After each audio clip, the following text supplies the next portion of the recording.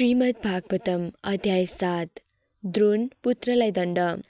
निर्गते नारदे सुत भगवान् बादरायणः सुतं वास्तवभिप्रेतं ततः किम करोति भूः।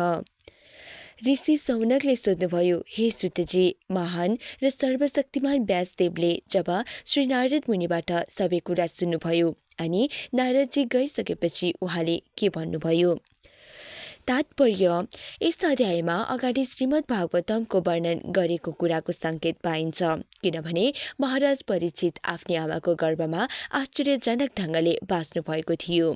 यो घटना द्रौपदीका 5 भाइ छोराहरूलाई सुतेका समयमा मार्ने आचार्य द्रोणका पुत्र द्रोणका कारणबाट भएको हो र अर्जुनले यिनलाई दण्ड दिएका थिए। यस महापुराण श्रीमद् भागवतमको आरम्भ गर्नुभन्दा पहिले श्री व्यासदेवले समाधिद्वारा सम्पूर्ण सत्यको अनुभूति प्राप्त गर्नुभएको थियो। ब्रह्मणधाम सरस्वत्यामाश्रमः पश्चिमे तटे सम्याप्रास इति प्रोक्त ऋषीणां सत्रवर्धनः। श्री सुतजीले भन्नुभयो, वेदहरूसँग घनिष्ठ रूपले सम्बन्धित सरस्वती नदीका पश्चिम तटमा स्थित सम्याप्रास नाम गरेको ठाउँमा ऋषिहरूका दिव्य क्रियाकलापहरूलाई शक्ति प्रदान गर्ने एउटा आश्रम छ। तात्पर्य: ज्ञानको आध्यात्मिक विकासका लागि उपयुक्त ठाउँ र वातावरणको अत्यन्त आवश्यक हुन्छ। सरस्वती नदीका पश्चिमी किनारको ठाउँ यस कार्यका निम्ति विशेष उपयुक्त छ र त्यहाँको सम्याप्रास ठाउँमा व्यासदेवको आश्रम छ। श्री व्यासदेव गृहस्थ हुनुहुन्थ्यो र पनि उहाँको निवास स्थल आश्रमका नामले जानिन्थ्यो। जहाँ आध्यात्मिक संस्कृति प्रगति सर्वोपरि हुन्छ त्यसलाई आश्रम भनिन्छ। त्यो ठाउँ कुनै गृहस्थको होस् वा तपस्वीको होस्, सम्पूर्ण वर्णाश्रम पद्धति यसै कारणले नियोजित भएको हुँदा जीवनको प्रत्येक अवस्थालाई आश्रम भनिन्छ। यसको अर्थ के भयो भने यी सबैमा आध्यात्मिक संस्कृति समान रूपले रहन्छ। सबै ब्रह्मचारी, गृहस्थ, वानप्रस्थ र सन्यासी एउटै जीवन लक्ष्य परमेश्वरको साक्षात्कारबाट सम्बन्धित छन्। अतः जहाँसम्म आध्यात्मिक संस्कृतिको कुरा छ, यिनमा कुनै पनि कम महत्त्वपूर्ण छैन। अन्तर केवल वैराग्यका आधारमा हुने औपचारिकतामा रहन्छ। सम्पूर्ण सन्यासीहरूलाई तिनको व्यावहारिक वैराग्यका आधारमा नै सम्मानका दृष्टिले हेरिन्छ। तस्मिन्सु आश्रमे व्यासो बदरीसण्डमण्डिते उपस्पृश्य प्रणदर्दो मनः स्वयं। त्यस ठाउँमा बैरका वृक्षहरूले घेरेका आफ्ना आश्रममा श्री व्यासदेव आत्मशुद्धिका लागि जलको स्पर्श गरेर ध्यान गर्नका निम्ति बस्नुभयो। तात्पर्य: आफ्ना गुरु श्री नारद मुनिका आदेशअनुसार व्यासदेवले ध्यानका लागि उपयुक्त त्यस दिव्य स्थलमा आफ्नो मन एकाग्र गर्नुभयो। भक्ति योगेन मनसि सम्यक् प्रणिहिते मले अपश्यत् पुरुषं पूर्ण मायां च तदापश्रयम्। यस प्रकार उहाँले भौतिकताको स्पर्श नगरिकन भक्तियोगले बाँधिएर आफ्ना मनलाई पूर्ण रूपले एकाग्र गर्नुभयो। यसरी उहाँले आफ्नो पूर्ण नियन्त्रणमा रहेकी शक्तिले सहित हुनुभएका परमेश्वरको दर्शन गर्नुभयो। तात्पर्य: भक्ति योगद्वारा नै परम सत्यको पूर्ण दर्शन गर्न सकिन्छ। यसको पुष्टि भगवद् गीतामा गरिएको छ।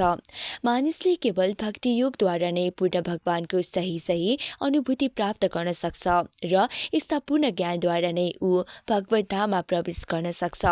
निराकार ब्रह्म या अन्तर्यामी परमात्माको अपूर्ण ज्ञानद्वारा पूर्ण ब्रह्मको अधुरो अनुभूति गरेर कुनै पनि व्यक्ति भगवद् धाम जान सक्दैन। श्री नारदजीले व्यासदेवलाई भगवान र उहाँका दिव्य लीलाहरूमा निमग्न हुने उपदेश गर्नुभयो। श्री व्यासदेवलाई ब्रह्म तेज दृष्टिगोचर भएन, किनभने यो पूर्ण दृष्टि थिएन। पूर्ण दृष्टि त भगवान हुनुहुन्छ, जसको पुष्टि वासुदेव सर्वमिति भगवद् गीता 7:19 भएको छ। उपनिषदहरूमा पनि के पुष्टि गरिएको छ भने भगवान वासुदेव निर्विशेष ब्रह्मका हिरण्ययन पात्रेनद्वारा ढाकिनुहुन्छ र जहिले भगवत् कृपावश यो आवरण हट्छ त्यस्तै समयमा भगवानको वास्तविक अनुहारको दर्शन हुन्छ। परम ब्रह्मलाई यहाँ पुरुष अथवा व्यक्ति भनिएको छ। भगवानको बारेमा अनेक वैदिक ग्रन्थहरूमा उल्लेख छ र भगवद् गीतामा पुरुषलाई नित्य तथा आदि पुरुषका रूपमा हुनुहुन्छ भनेर पुष्टि गरिएको छ। भगवान पूर्ण पुरुष हुनुहुन्छ। परम पुरुषका अनेकौं शक्तिहरू हुन्छन्, जसमा अन्तरङ्गा, बहिरङ्गा तथा तटस्थ शक्तिहरू विशेषतया महत्त्वपूर्ण छन्। यहाँ बहिरङ्गा शक्तिको वर्णन गरिएको छ भन्ने कुरा उहाँको क्रियाकलापहरूद्वारा स्पष्ट हुनेछ। अन्तरङ्गा शक्ति त्यस परम पूर्ण पुरुषसँग त्यसरी नै संयुक्त भएर रहन्छन् जसरी चन्द्रमासँग चाँदनी रहन्छ। बहिरङ्गा शक्तिको तुलना अन्धकारसँग गरिएको छ, किनभने यसले जीवहरूलाई अज्ञानको अन्धकारमा राख्दछ। अपराश्रयम शब्द के कुराको सूचक हो भने यो शक्ति पूर्णतया भगवानका अधीनमा रहन्छ। अन्तरङ्ग शक्ति या पराशक्तिलाई माया पनि भनिन्छ, किनभने यो आध्यात्मिक माया नै हुन्छ, अर्थात् परम जगतमा मात्र यो प्रकट हुन्छ। कुनै व्यक्ति यस अन्तरङ्ग शक्तिको शरणमा आउन साथ उसलाई ढाकेको भौतिक अज्ञानको अन्धकार तुरुन्त हट्छ। आत्माराम अर्थात् समाधिस्थ अवस्थामा पुगेका महापुरुषहरूले पनि यस माया अथवा अन्तरङ्ग शक्तिको शरण ग्रहण गर्दछ। भक्ति वा भक्ति योग यसै अन्तरङ्ग शक्तिको कार्य हो।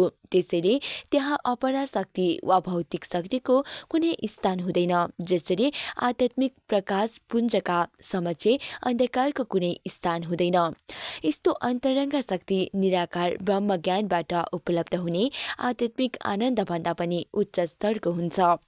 भगवद् गीतामा भनिएको छ, निराकार ब्रह्म त्यस पनि भगवान श्रीकृष्णबाट समुत्पन्न भएको हो। साक्षात् भगवान श्रीकृष्णका अतिरिक्त अरू कुनै तत्त्व परम पुरुष हुन सक्दैन। आगामी श्लोकहरूमा यसबारे थप जानकारी दिएको छ। यया सम्मोहितो जीव आत्मनां त्रिगुणात्मकं परोपि मनुतिनर्थ तत्कृतं चाभिपद्यते। यस बहिरङ्ग शक्तिले गर्दा जीवात्माले 3 गुणदेखि पर भएर पनि आफूलाई भौतिक पदार्थ मान्दछ र भौतिक क्लेशका फलहरू भोग्दछ। तात्पर्य, यहाँ भौतिकवादी जीवहरूका कष्टको मूल कारण साथै त्यसको उपचार र प्राप्त गर्नुपर्ने चरम सिद्धिको पनि सङ्केत गरिएको छ। यी सबै कुराको उल्लेख यस श्लोकमा गरिएको छ। जीवात्मा वैधानिक दृष्टिले भौतिक बन्धनभन्दा पर छ, तर अहिले ऊ बहिरङ्ग शक्तिद्वारा बन्दी बनाइएको छ। त्यसैले उसले आफूलाई भौतिक पदार्थ मानेको छ। यस्तै अपवित्र सङ्गतले गर्दा विशुद्ध आध्यात्मिक प्राणी जीवात्मा प्रकृतिका गुणहरूको अधीनमा भएर कष्ट पाउँछ। जीवात्माले भ्रमवश आफूलाई भौतिक पदार्थ मान्दछ।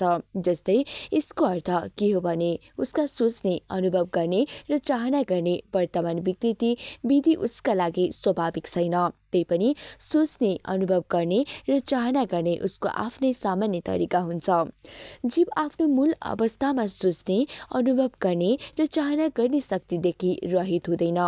भगवद् गीतामा पनि बद्ध जीवको वास्तविक ज्ञान अज्ञानले ढाकिएको हुन्छ भनेर पुष्टि गरिएको छ। यसरी जीवात्मा परम निराकार ब्रह्म हो भन्ने सिद्धान्तलाई यहाँ खण्डन गरिएको छ।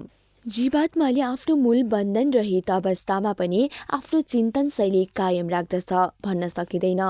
वर्तमान बद्ध अवस्थामा बहिरङ्ग शक्तिको प्रभावका कारणले भएको हो, जसको अर्थ परमेश्वर पृथक रहँदै आउनु भएको छ र मोहमयी शक्ति सर्वेसभा भएकी छन् भन्ने हो। जीवात्मा बहिरङ्ग शक्तिले ओतप्रोत होस् भन्ने कुरा कहिले पनि भगवानले चाहनुहुन्न। बहिरङ्ग शक्ति पनि यस तथ्यबाट राम्रै तरहले परिचित छ र पनि त्यसले आफ्नो मोहिनी शक्तिद्वारा विस्मृत जीवलाई भ्रमित पारिराख्ने कामको जिम्मा लिन्छ। भगवानले त्यस भ्रमिका शक्तिका कार्यमा कुनै हस्तक्षेप गर्नुहुन्न, किनभने त्यसका यी कार्यहरू बद्ध जीवलाई सुधार्नका लागि आवश्यक हुन्छ। स्नेही पिताले आफ्नो सन्तानलाई कुनै अन्य व्यक्तिद्वारा प्रताडित भएको देख्न चाहँदैन, तथापि आफ्ना उशृङ्खल पुत्रलाई ठिक पार्न ऊ त्यसलाई निष्ठुर व्यक्तिका संरक्षणमा सुम्पन्छ। तर सर्वस्नेही सर्वशक्तिमान पिता बद्ध जीवहरूलाई भ्रामिका शक्तिका पन्जादेखि छुटकारा दिलाउन उत्सुक रहन्छ। राजाले अवज्ञाकारी नागरिकहरूलाई बन्दीगृहका पर्खालभित्र राख्दछन्, तर कहिलेकाहीँ बन्दीलाई राहत दिने इच्छाले ऊ स्वयं बन्दीगृहमा जान्छ र त्यसलाई सुध्रनका लागि प्रेरणा दिन्छ। साथै सुत्रेमा उसले तिनलाई बन्दीगृहबाट मुक्त पनि गरिदिन्छ। यसै प्रकारले परमेश्वर आफ्नो राज्यदेखि भ्रामिका शक्तिका राज्यमा अवतीर्ण भएर भगवद् गीताका रूपमा राहत दिनुहुन्छ। त्यहाँ व्यक्तिगत रूपले उहाँ के सुझाव दिनुहुन्छ भने, यद्यपि भ्रामिका शक्तिमाथि विजय प्राप्त गर्नु कठिन कुरा हो, त्यही पनि यदि कुनै व्यक्ति भगवानका चरणार बिन्दको शरणमा आउँछ भने भगवानका आदेशले त्यो मुक्त हुन्छ। शरणागति विधिको परिपूर्ति सत्सङ्गका प्रभावले हुन्छ। अतः भगवानले के सुझाव दिनुहुन्छ भने परम सत्यलाई साक्षात्कार गरेका महात्माहरूका बानीको अनुगमन गर्दै व्यक्तिहरूले आफूलाई भगवानका दिव्य प्रेम भक्तिमा संलग्न गर्नुपर्दछ। बद्ध जीवले भगवानका विषयमा सुन्दा स्वाद पाउँदछ र यसरी श्रवण गर्नाले मात्र ऊ भगवानको प्रति आदर भक्ति तथा आसक्तिका पदसम्म उठ्दछ। शरणागति विधिबाट सबै कुराहरू पूर्ण हुन्छन्। यहाँ व्यासदेवको अवतारका रूपमा भगवानले यस्तै सुझाव दिनुभएको छ। यसको अर्थ के हो भने भगवानद्वारा बद्ध जीवहरूको दुवै प्रकारले उद्धार हुन्छ। एउटा भगवानका बहिरङ्ग शक्तिद्वारा दण्डित भएर हुन्छ भने अर्को उहाँद्वारा भित्री र बाहिरी गुरु बनेर हुन्छ। भगवान प्रत्येक जीवका अन्तःकरणमा परमात्मा रूपले गुरु बन्नुहुन्छ भने बाहिर उहाँ शास्त्र सन्त र दीक्षा गुरुका रूपमा गुरु बन्नुहुन्छ। अब आउने श्लोकमा यसको अधिक स्पष्ट व्याख्या भएको छ। वेदहरूमा देवताहरूको नियन्त्रक शक्तिका प्रसङ्गमा भ्रामिक शक्तिको व्यक्तिगत अधीनताको पुष्टि गरिएको छ। यहाँ पनि स्पष्ट रूपले जीवात्मा बहिरङ्ग शक्तिद्वारा नियन्त्रित हुन्छ भनिएको छ। यसरी जुन जीव बहिरङ्ग शक्तिको नियन्त्रणमा रहन्छ त्यो अलि भिन्न रूपले अवस्थित हुन्छ। फेरि पनि श्रीमद् भागवतमको यस भनाइले के कुरा स्पष्ट हुन्छ भने त्यही बहिरङ्ग शक्ति पूर्ण भगवान समक्ष निष्कृष्ट पदमा रहन्छ। पूर्ण जीव अथवा भगवानसम्म भ्रामिका शक्ति पनि पुग्न सक्दैन, किनभने त्यसले जीवमाथि मात्र आफ्नो काम गर्न सक्छ। यसर्थ भ्रामिका शक्तिद्वारा भ्रमित भएर परमेश्वर जीवात्मा बन्नुहुन्छ भन्ने कुरा कल्पना मात्र हो। यदि भगवान र जीव एउटै श्रेणीमा हुने भए व्यासदेवलाई त्यो देख्न सम्भव हुन्थ्यो र भ्रान्त जीवहरूको भौतिक दुःखका बारेमा प्रश्नै उठ्ने थिएन, किनभने परमेश्वर सबै जान्नुहुन्छ। अतः अद्वैतवादीद्वारा भगवान र जीवलाई एउटै श्रेणीमा राख्ने प्रयास अविवेकी कल्पना हो। यदि भगवान र जीव एकै समान हुने भए श्री सुखदेव गोस्वामीले भगवानका दिव्य लीलाहरूको वर्णन सम्बन्धी कष्ट उठाउनु हुने थिएन, किनभने यी सबै भ्रमिका शक्तिका अभिव्यक्तिहरू हुन् भन्ने कुराको बोध उहाँलाई हुन्थ्यो। श्रीमद् भागवतम मायाका पन्जामा परेर कष्ट पाइराख्ने मानवताका लागि परमहित हुने औषधि हो। त्यसकारण श्री व्यासदेवले सर्वप्रथम बद्ध जीवहरूको वास्तविक रोग अर्थात् बहिरङ्ग शक्तिद्वारा भ्रान्त हुने बानीको निदान पत्ता लगाउनुभयो। उहाँले ती पूर्ण परम पुरुषको पनि दर्शन गर्नुभयो जसले भ्रामिका शक्तिलाई धेरै टाढा हटाइदिनुहुन्छ। यद्यपि उहाँले रुग्ण बद्ध जीव र रोगको कारण दुवैलाई देख्नुभयो। रोगका उपचार विधिहरूका बारेमा सुझाव आउँदो श्लोकमा गरिएका छन्। भगवान र जीव यी दुवै निस्सन्देह एक हुन्, तर भगवान भ्रामिका शक्तिका नियन्त्रक हुनुहुन्छ भने जीव यसै शक्तिद्वारा नियन्त्रित हुन्छ। यस प्रकार भगवान र जीव एकै साथ अभिन्न र भिन्न छन्। दोस्रो अन्तर यस प्रकार छ, भगवान र जीवका बीचको सम्बन्ध दिव्य छ, अन्यथा यहाँ मायाका बन्धनले बाँधिएका जीवहरूको उद्धार गर्नुहुन्न थियो। यसै प्रकारले जीवले पनि भगवानप्रति प्राकृतिक प्रेम तथा स्नेह जागृत गर्न आवश्यक हुन्छ र जीवको सर्वोच्च स्थिति पनि यही हो। श्रीमद् भागवतममा जीवनको यसै लक्ष्यलाई ध्यानमा राखेर बद्ध जीवहरूको वर्णन गरिएको छ। अनर्थोपशमं साक्षात् भक्तियोगमधोक्षजे लोकस्य जानतो विद्वांश्चक्रे सातोतं सिहिताम्। जीवले व्यर्थ सम्झेका भौतिक कष्टहरूलाई भक्तियोगद्वारा प्रत्यक्ष रूपले कम गर्न सकिन्छ, तर सर्वसाधारण मानिसले यो कुरा बुझ्दैनन्। त्यसैले विद्वान व्यासदेवले परम सत्यसँग सम्बन्धित यसै वैदिक साहित्यको समायोजन गर्नुभयो। तात्पर्य, श्री व्यासदेवले परम पूर्ण भगवानको दर्शन गर्नुभयो। यस भनाइबाट के कुरा बुझिन्छ भने भगवानको पूर्ण एकाइमा उहाँका अंश पनि सम्मिलित हुन्छन्। त्यसरी उहाँले भगवानका विभिन्न शक्तिहरू अन्तरङ्ग, बहिरङ्ग र तटस्थ शक्तिलाई पनि देख्नुभयो। उहाँले भगवानका पूर्ण अंश तथा यिनका पनि अंशहरू र उहाँका अरू विभिन्न अवतारहरूलाई देख्नुभयो। विशेषतः उहाँले बहिरङ्ग शक्तिबाट मोहग्रस्त बद्धजीवहरूका अबाधित कष्टहरूलाई देख्नुभयो। अन्त्यमा उहाँले बद्धजीवहरूको उपचार पनि देख्नुभयो, जसलाई भक्ति योग भनिन्छ। यो एउटा महान दिव्य ज्ञान हो जुन भगवानका नाम, यस कीर्ति आदिको श्रवण र कीर्तनबाट प्रारम्भ हुन्छ। सुसुप्त ईश्वर प्रेमको पुनर्जागरण केवल श्रवण र कीर्तनद्वारा मात्रै हुँदैन। यसका लागि त भगवानको पूर्ण अहेतुकी कृपा पनि हुनुपर्दछ। जब भगवान भक्तका निष्ठाले युक्त प्रयासदेखि प्रसन्न हुनुहुन्छ, त्यस समय उहाँले भक्तलाई दिव्य प्रेम भक्ति प्रदान गर्न सक्नुहुन्छ। तर श्रवण र कीर्तनका समस्त विधिहरूद्वारा पनि भौतिक जगतका व्यर्थ तथा अवाच्य दुःखहरूलाई शीघ्र कम गर्न सकिन्छ। भौतिक आसक्ति हट्नका लागि दिव्य ज्ञानको विकास हुने समयसम्म प्रतीक्षा गर्नु पर्दैन। ज्ञान भन्ने कुरा त परम सत्यको अनुभूतिका लागि भक्तिमै आश्रित हुने विषय हो। एस्या वै श्रूयमाणायां कृष्णे परम पुरुषे भक्तिरुत्पद्यते पुंसः शोक मोह भयापहा। यस वैदिक साहित्यको श्रवण मात्रले हृदयमा भगवान श्रीकृष्णको प्रेमले युक्त भक्ति अंकुरित हुन्छ। यसबाट मानिसभित्रको शोक, मोह र भयको अग्नि शान्त हुन्छ। तात्पर्य: इन्द्रियहरू त धेरै छन्, तर यीमध्ये कान सबैभन्दा बढी प्रभावशाली छ। यो इन्द्रियले प्रगाढ निन्द्राका समयमा पनि काम गर्दछ। बिउजेको मानिसले शत्रुबाट आफ्नो रक्षा गर्न सक्छ, तर सुतेको समयमा कानले मात्र रक्षा गर्छ। यहाँ जीवनको सर्वोच्च सिद्धि प्राप्त गर्ने प्रसङ्गमा श्रवणको महत्त्व तिनै किसिमका भौतिक तापबाट मुक्ति दिने जस्तो हुन्छ भनेर भनिएको छ। प्रत्येक व्यक्ति प्रत्येक क्षणमा कुनै न कुनै चिन्ताले सन्तप्त रहन्छ। ऊ भ्रामक वस्तुहरूको मृग मरीचिकाका पछि दौडिरहनुका साथै आफ्नो कल्पी शत्रुबाट सधैँ भयभीत रहन्छ। भौतिक रोगका यी मूलभूत लक्षण हुन्। यहाँ स्पष्ट सुझाव के छ भने श्रीमद् भागवतमको सन्देश सुन्नाले नै भगवान श्रीकृष्णका प्रति आसक्ति उत्पन्न हुन्छ र यस्तो हुनासाथ भवरोगका लक्षणहरू हराउँदछन्। श्री व्यासदेवले परमपूर्ण भगवानलाई देख्नुभएको थियो र यस भनाइबाट भगवान श्रीकृष्णका परमपूर्ण व्यक्तित्वको पृष्ठपुष्टि हुन्छ। भगवान प्रतिको साँचो प्रेम उत्पन्न गर्नु नै भक्तिको परम फल हो। प्रेम भन्ने शब्द प्राय स्त्री र पुरुषका सम्बन्धलाई व्यक्त गर्नका निम्ति प्रयोग गरिन्छ, तर प्रेम नै एकमात्र शब्द छ जसबाट भगवान श्रीकृष्ण र जीवहरूका बीचको सम्बन्धलाई सूचित गर्न सकिन्छ।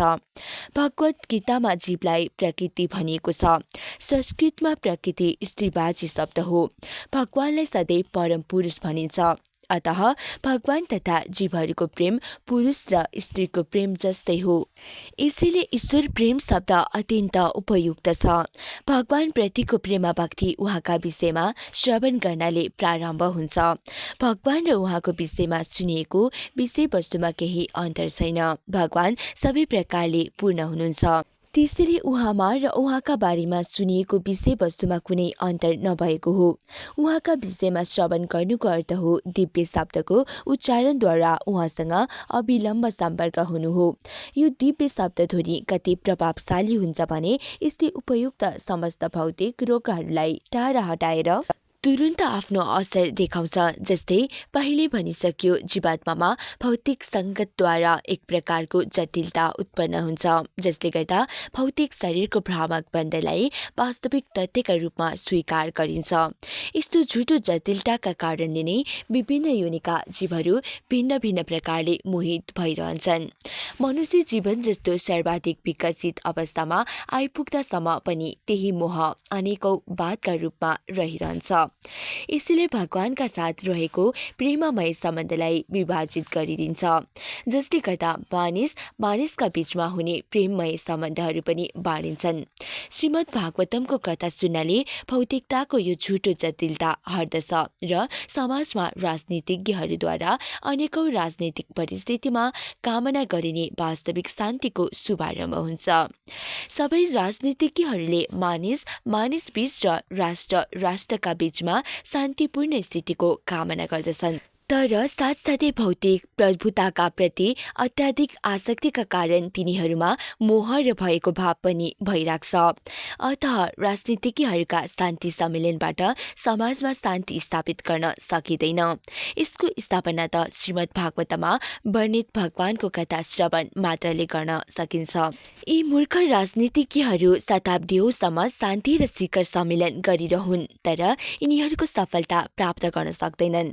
जहिलेसम्म हामी भगवान श्रीकृष्णसँगको आफ्नो प्रेस्टिज सम्बन्धलाई फेरि स्थापित गर्दैनौँ, त्यस समयसम्म शरीरलाई आत्मा मान्ने मोह वा भ्रमका साथै भए पनि रहनेछ। जहाँसम्म भगवानका रूपमा श्रीकृष्णको वैधताको प्रश्न छ, शास्त्रमा यस्ता हजारौं साक्षीहरू छन् र वृन्दावन, नवद्वीप तथा पुरी जस्ता विभिन्न स्थानमा साधनारत भक्तहरूका निजी अनुभवका लाखौं प्रमाणहरू प्राप्त छन्। कौमुदी कोशमा पनि श्रीकृष्णका पर्यायवाची शब्दहरू यशोदा नन्दन, परम ब्रह्म, भगवान आदि शब्दहरू छन्। भनाइको निष्कर्ष के हो भने वैदिक साहित्य श्रीमद् भागवतमको श्रवण मात्रले पनि भगवान श्रीकृष्णसँग प्रत्यक्ष सम्बन्ध स्थापित हुन्छ, जसबाट मानिस सांसारिक सुख मोह भएको अतिक्रमण गरेर जीवनको परम सिद्धि प्राप्त गर्न सफल हुन्छ। जसले श्रीमद् भागवतमको पाठ विनीत भावले वास्तविक रूपले सुनेको छ, त्यसका लागि यी व्यावहारिक परिचयहरू हुन्। संहितां भागवतीं कृतानुक्रम चात्मजं सुखमध्यापयामास निवृत्तिनिरन्तं मुनिः। श्रीमद् भागवतमको समायोजन र संशोधन गरेपछि महर्षि व्यासदेवले यो शास्त्र आफ्ना छोरा श्री सुखदेव गोस्वामीलाई पढाउनुभयो। सुखदेव पहिलेदेखि नै आत्मसाक्षात्कारमा संलग्न हुनुहुन्थ्यो। तात्पर्य: श्रीमद् भागवतम व्यासदेवद्वारा संगृहित ब्रह्मसूत्रको सहज भाष्य हो। ब्रह्मसूत्र या वेदान्त सूत्र जो पहिलेदेखि आत्मसाक्षात्कारमा संलग्न छन् तिनीहरूको निम्ति हो। श्रीमद् भागवतम कसरी रचिएको छ भने यसको कथा सुन्नासाथ मानिस आत्मसाक्षात्कारका मार्गमा अविलम्ब संलग्न हुन्छ। यद्यपि यो ग्रन्थ मूलतः परमहंस अर्थात् आत्मसाक्षात्कारमा पूर्ण रूपले संलग्न हुने मानिसहरूका लागि हो, तर यसले संसारी व्यक्तिहरूका हृदयमा पनि गहिरोसँग प्रवेश गरेर प्रभाव पार्दछ। सम्पूर्ण संसारी मानिसहरू इन्द्रिय तृप्तिमा लागेका छन्, तर त्यस्ता व्यक्तिहरूले पनि यस वैदिक साहित्यलाई आफ्ना भवरोगको औषधिका रूपमा पाउँदछन्। सुखदेव गोस्वामी जन्मेदेखि मुक्त जीव हुनुहुन्थ्यो र उहाँका पिताले उहाँलाई श्रीमद् भागवतम पढाउनुभयो। सांसारिक विद्वानहरूमा श्रीमद् भागवतमको संग्रह वा लेखनको तिथि मितिका विषयमा मतभेद छ, तर श्रीमद् भागवतमको मूल पाठले के निश्चित गर्छ भने यसको सङ्कलन राजा परीक्षितको तिरोधानभन्दा पहिले र भगवान श्रीकृष्णको स्वधाम प्रस्थानभन्दा पछि भएको थियो। जब राजा परीक्षित भारतवर्षको सम्राटका रूपमा राज्य गर्दै हुनुहुन्थ्यो, त्यस समय उहाँले कलीको अनादर गर्नुभयो। शास्त्र तथा ज्योतिष गणनाका अनुसार अहिले कलियुगको 5100 वर्ष व्यतीत भयो। यसबाट स्पष्ट हुन्छ श्रीमद् भागवतम लगभग 5000 वर्ष पहिले सङ्कलित भएको थियो। महाभारतको सङ्कलन श्रीमद् भागवतम भन्दा पूर्व भइसकेको थियो र सबै पुराणहरू महाभारतभन्दा पहिले सङ्कलित भइसकेका थिए। यही नै हो विभिन्न वैदिक ग्रन्थहरूको सङ्कलन सम्बन्धी समयको आंकलन। श्रीमद् भागवतमको रूपरेखा नारदजीका निर्देशन अनुसार पहिले नै तयार भइसकेको थियो। यो मानिसलाई निवृत्ति मार्गमा लैजाने विज्ञान हो। नारदले प्रवृत्ति मार्गको तिरस्कार गर्नुभएको थियो। यो मार्ग सबै बद्ध जीवहरूको स्वाभाविक प्रवृत्ति हो। श्रीमद् भागवतमको विषयवस्तु मानव जातिका भवरोगलाई अथवा संसारका तापहरूलाई पूर्णतया रोक्ने महाऔषधि हो। सबै निवृत्ति निरतः सर्वकृपेक्षको मुनिः कस्यैवा बृहति मेतामात्मा रामः समवेशत्। श्री सोनकाजीले सुत गोस्वामीसित सोध्नुभयो। सुखदेव गोस्वामी पहिलेदेखि नै निवृत्ति मार्गमा लाग्नु भएको थियो र यसरी उहाँ स्वयं प्रसन्न रहनुहुन्थ्यो भने फेरि उहाँले यस्तो विशाल साहित्यको अध्ययन गर्ने कष्ट किन उठाउनुभयो?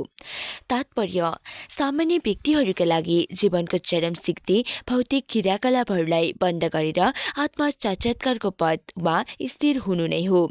जो मानिस इन्द्रिय भोगको सुखमा रमाउँदछ वा भौतिक शारीरिक कल्याण कार्यमा मात्र संलग्न छन् तिनीहरूलाई कर्मी भनिन्छ। यस्ता हजारौं वा लाखौं कर्मीहरूमध्ये कुनै एउटा कर्मी आत्मा साक्षात्कारद्वारा आत्माराम बन्न सक्छ। आत्माको अर्थ सो र आरामको अर्थ हो सुख पाउनु। प्रत्येक व्यक्ति परम सुखको खोजीमा लागिराख्दछ, तर यस सुखको मापदण्ड भने व्यक्ति व्यक्तिमा फरक हुन्छ। अतः कर्मीहरूद्वारा भोगेको आदर्श सुख आत्मारामको आदर्श सुखभन्दा भिन्न हुन्छ। आत्मारामहरू हरेक प्रकारले भौतिक भोगप्रति तटस्थ हुन्छन्। श्री सुखदेव गोस्वामीले यो अवस्था पहिले नै प्राप्त गर्नुभएको थियो र पनि उहाँले यस बृहत् भागवत ग्रन्थको अध्ययन गर्न कष्ट उठाउनुभयो। यसको अर्थ के हो भने श्रीमद् भागवतम ती आत्मारामहरूका निम्ति पनि स्नातकोत्तर अध्ययनको विषय हो जसले समस्त वैदिक ज्ञानको अध्ययन गरेको छ। आत्मारामस्य मनीयो निर्ग्रन्था अप्युरुक्रमे कुर्वन्ते अहेतुकीं भक्तिमितं भूतगुणो हरिः। सबै प्रकारका भौतिक बन्धनहरूबाट मुक्त भएर आत्मा साक्षात्कारको निवृत्ति मार्गमा स्थित रहेका विभिन्न किसिमका आत्माहरूले पनि भगवानको अनन्य भक्तिको चाहना राख्दछन्, किनभने भगवानमा यस्ता दिव्य गुणहरू छन् जसले गर्दा मुक्त आत्मा लगायतका हरेक व्यक्ति उहाँतिर आकर्षित हुन्छन्। तात्पर्य श्री चैतन्य महाप्रभुले यस आत्मारामा श्लोकको व्याख्या आफ्ना प्रमुख भक्त श्री सनातन गोस्वामीका समक्ष अत्यन्त विस्तृत रूपले गर्नुभएको छ। साथै उहाँले यस श्लोकमा 11 तत्त्वहरूको सङ्केत पनि गर्नुभएको छ। यी हुन् 1 आत्माराम, 2 मुनय, 3 निर्ग्रन्थ, 4 अपि, 5 6 उरुक्रम, 7 कुर्वन्ति, 8 अहैतुकीं, 9 भक्तिम, 10 इत्थं भूत गुणः तथा 11 हरि विश्वप्रकाश नामक संस्कृत कोशका अनुसार आत्माराम शब्दका साथ पर्याप्त छन्। ती यी हुन् 1 ब्रह्म परम सत्य, 2 शरीर, 3 मन, 4 प्रयत्न, 5 सहिष्णुता, 6 बुद्धि तथा 7 व्यक्तिगत बानी बेहोराहरू। मुनय शब्दको प्रयोग पनि यी अर्थमा हुन्छ। 1 जो विचारवान छन्, 2 जो गम्भीर तथा शान्त छन्, 3 तपस्वी, 4 अध्यवासी, 5 परिव्राजक, 6 ऋषि तथा 7 साधु सन्त। निर्ग्रन्थ शब्दले निम्नलिखित भावहरू बुझाउँदछ। 1 जो अविद्याले मुक्त छ, 2 जसको शास्त्रीय आदेशसँग कुनै सम्बन्ध छैन, अर्थात् जसलाई नीति ग्रन्थ, वेद, दर्शन, मनोविज्ञान र तत्त्वज्ञान आदिमा वर्णित विधि विधानहरूको पालन गर्नुपर्ने बाध्यता रहँदैन। अर्का शब्दहरूमा मूर्ख, अशिक्षित, बदमाश आदि।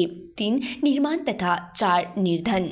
शब्दकोशका अनुसार नि उपसर्गको प्रयोग 1 निश्चितता, 2 गणना, 3 निर्माण पक्का भवन तथा 4 निश्चितका लागि हुन्छ र ग्रन्थ शब्दको अर्थ धन, स्रोत, ग्रन्थ, शब्दावली आदि हुन्छ। उरुक्रम शब्दको अर्थ जसका क्रियाकलापहरू महिमाले युक्त छन्। क्रमको अर्थ पाइला अथवा कदम हो। उरुक्रम शब्द विशेषतः भगवानको वामन अवतारको द्योतक हो जसले आफ्ना नाप्नै नसकिने पाइलाद्वारा सम्पूर्ण ब्रह्माण्ड नाप्नुभयो। भगवान विष्णु शक्तिमान हुनुका साथै उहाँका क्रियाकलापहरू कति महिमामय छन् भने उहाँले आफ्नी अन्तरङ्ग शक्तिद्वारा यस भौतिक जगतको सिर्जना गर्नुभयो। आफ्नो सर्वव्यापक स्वरूपका कारणबाट उहाँ सदैव आफ्नो गोलोक वृन्दावन धाममा रहेर अत्यन्त विदितामय लीलाहरूको प्रदर्शन गर्नुहुन्छ। उहाँका क्रियाकलापहरूको तुलना अरू कसैसँग गर्न सकिँदैन, त्यसकारण उरुक्रम शब्द उहाँलाई नै लागू हुन्छ।